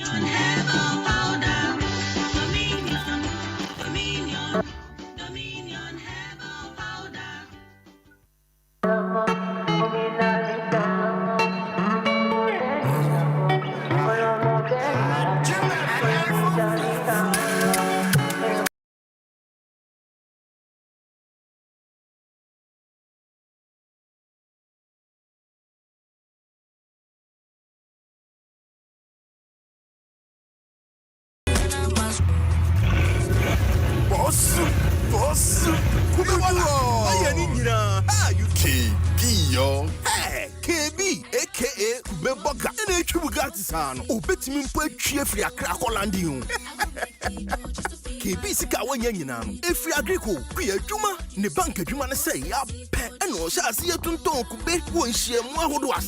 Say, oh, could be Fuakasia, or Namswama Rantier, and the Mapa Pia Juma. Share, oh, boss, Charlie, I was seeing you Irish, who say, yeah, never far, Pope.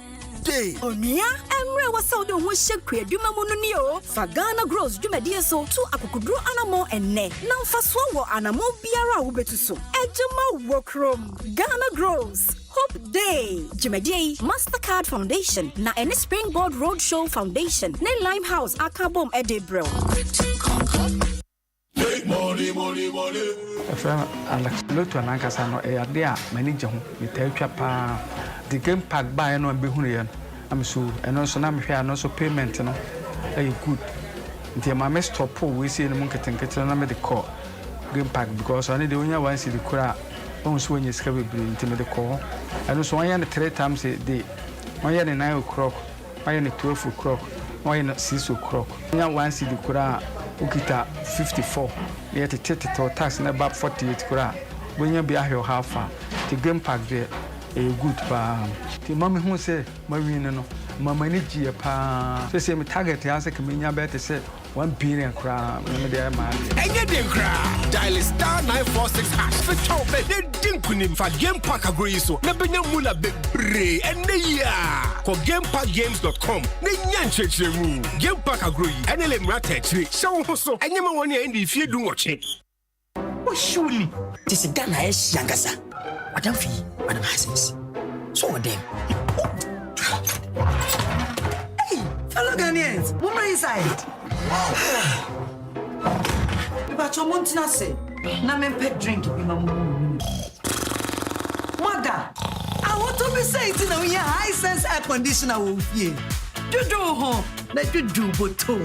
High sense air conditioner, they actually and yet the debate say. 26 September, aircon 30th September, and your high sense aircon promo. That promo, also a showroom singina. Our Ghana for Nenina. 1 quantum message hour. Waboka. High sense one amount 5 years manufacturer defect warranty. Sorry. Air condition and one high sense. Mommy uncle showroom Namunko Jimo DIY. Yeah, promo. High sense. Everyday prices for everyday people. Aye dia yin na woniji. Eya bra woni adofo ahia. Wo hwa ma wakoma so ade abem. Ana wote wo eji wani wo breti awa abim. Pinnacle Life Insurance. Yejidi ne say, ye ka life insurance ese say kosi say, yeta woni wo busu echi wo da achi sika sa wututu mu. Ese say etumi bua wo na wani eji wo abrabobu sesia. Yen hyehyɛ ema wo kwan ahodo a ebema wonya mfaso ne abasoba a ebeboa ma enede yi akoyi ama wo kwan ahodo so.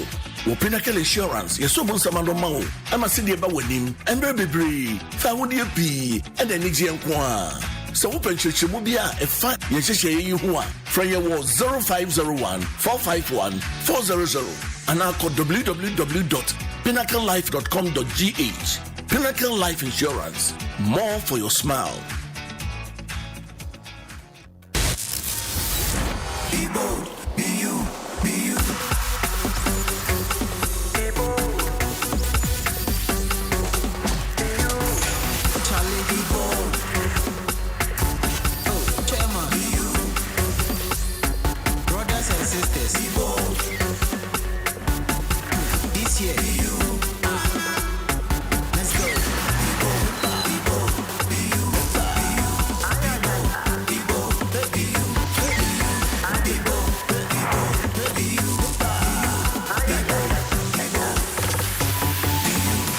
Rush Energy, be bold, be you. Santino. Mukasa. Ane Mukasa sense no achi bebia. Pokia 101 concept ne Adom FM asan kamo abo mu biom. Amode Mukasa jumedi aba Adom 106.3 FM so. Kwesiada way any kwesiada bia. 3 p.m. to 4 p.m. Yeah, they are shisha so. Kai se aboafo eta jumedi echi. Eye Joe Industries. Amode Vical 20. A boost to immune system na. Who say yes? Who jira na so pa. Amafo kasa. O kasa. Me kasa. And they kokonsa wo. Yay. Almost again. Hey, Ghana focus. Kokonsa wa town ti share ni endimbo. Me ene mi nwa bema. Mike 2 baby. And yede mo kasa jumedi ebram. Pokuya 101. And ye be gomze. Kompo do much magra. Convention. Under the auspices of the missionary food worker, Sister Prudence Hagan Banini, and her executives of the East Ghana Conference, we invite all members of the Women's Home and Overseas Missionary Society of the AME Zion Church to their annual Women's Convention, starting from Thursday 2nd January to Sunday 5th January 2025. Venue, Global Retreat Center, near Talented Royal School. Host District, Accra West Kaswa District. Come, let's join hands to expand the kingdom work for Christ. Adom FM 106.3. Only God can stop us now. 106.3 FM. Adom FM.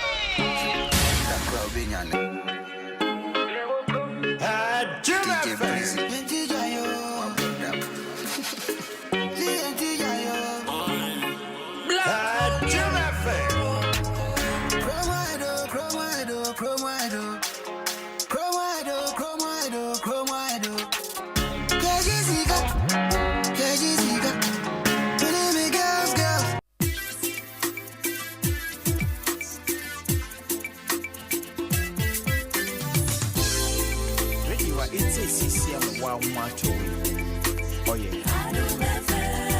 Ready what it says CCM wanga so want to. Oh yeah. Adom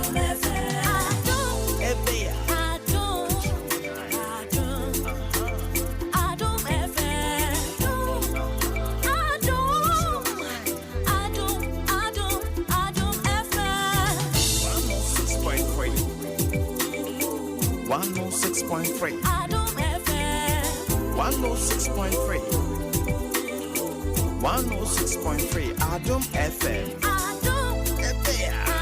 One tell you what.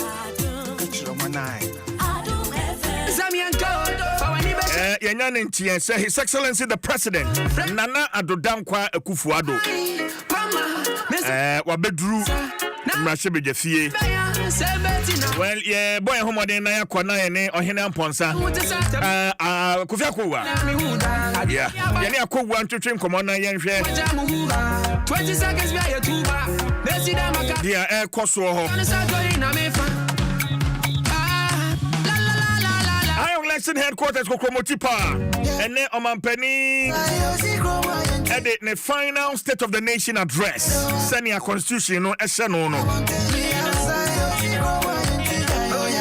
Ene okupiemu ewo Parliament na fe wakudisa Jumason no. Ehwo amane ne fra na pa nyina no Dwaso Nsem so ya hwe State of the Nation addresses are. man penifo mieni ni awatwa mu ni awoba omode ato Ghana fo anim enti ahwe 2016 omampani dada Mahama de ya etwato se ne omampani nanado so abe ne nei and afei nanado so no 2017 the first State of the Nation address and nanado ne de etwato. What are your expectations? Juada nyame ya adoma but kwesi ada de be che juada no na the 8th parliament omo de omo dwuma die nyina ba wieye na the 9th parliament and so ya swear one mo in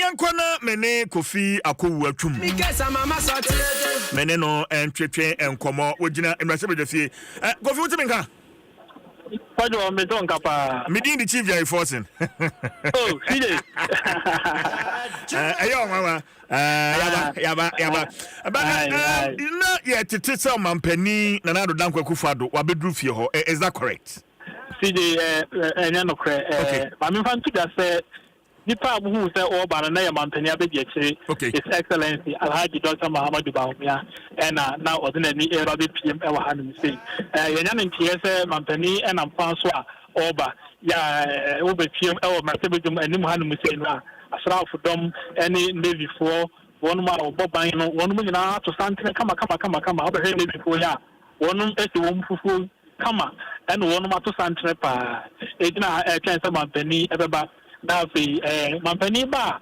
amamre e wo hono ma ese so ye asrafo e bo bagene so na watema frɛ no ato sa frɛ no se omre na omama inspect Kofi na wono ma to Kofi utimenka mama wato aso but etie from na Facebook wo share mrasebedefie animu ha ni amehun ha no efe papa wo hwe navy fo yi a wo magye wo no fita kama ceremonial dresser wo mo ede asset ya parade ya wo de choma mpani efe papa na wo hwe empani fo se ne de Ghana flag yi asiesie ni mu ho nyina ya enoda Facebook a Kofi Akowu wo boy mu amane Kofi me ye interested in dwumadi a mampani bedura mudi no mnasebe fie ho ansa na mpo wawura chamber ho dwumadi e ben na ya ekoso Kofi Ide amamre ya honum mame fantu de tije sa me no ka say ya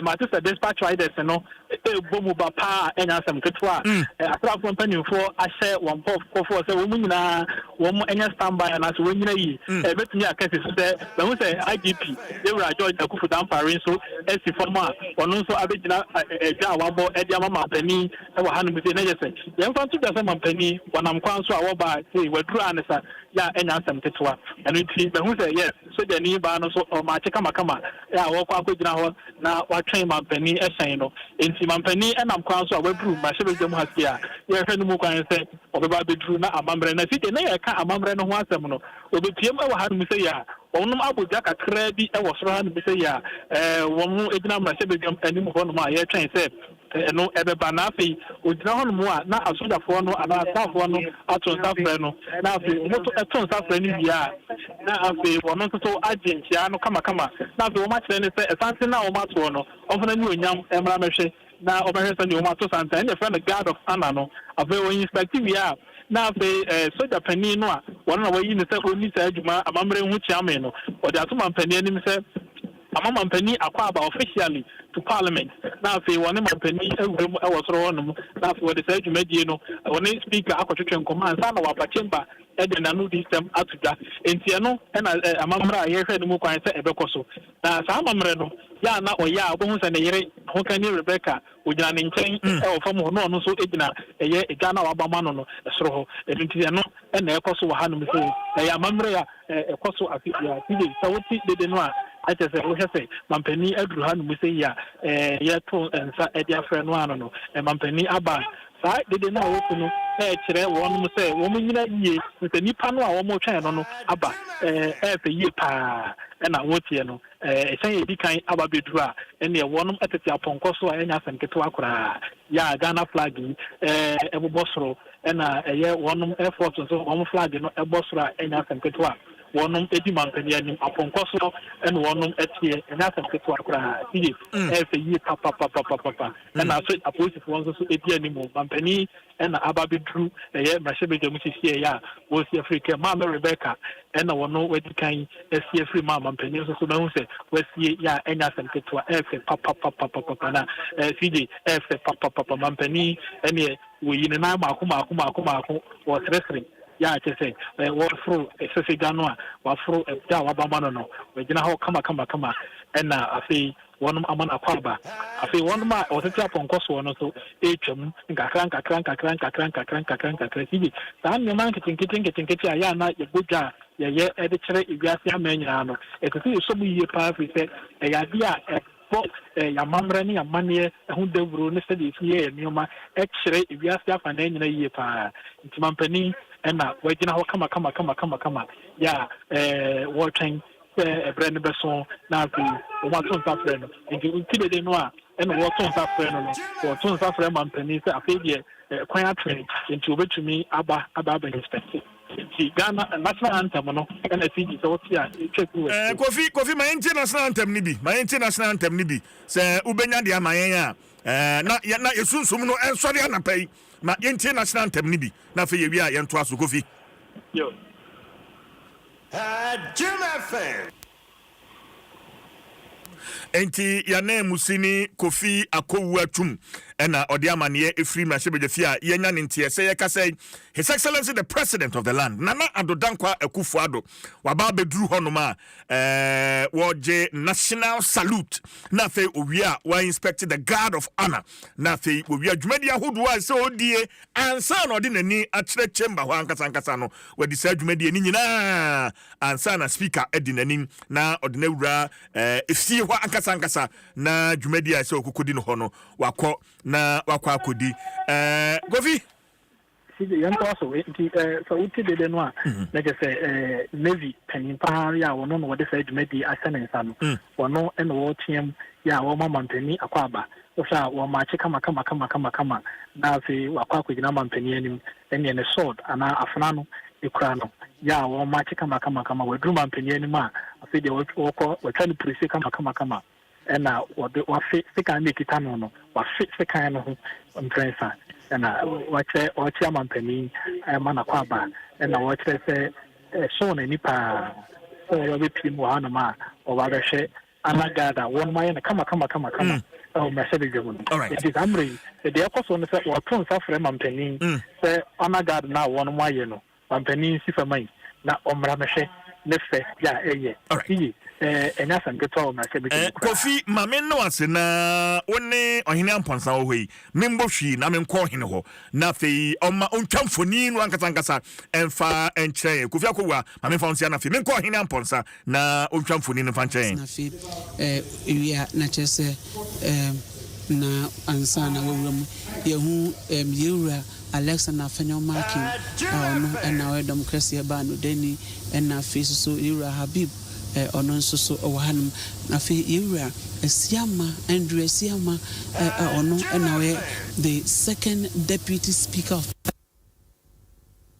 ono nso ba yemame the first lady of the Republic of Ghana yemame nso ababedua oni omampeni na chese ebae sabia me no krasa de Mrs.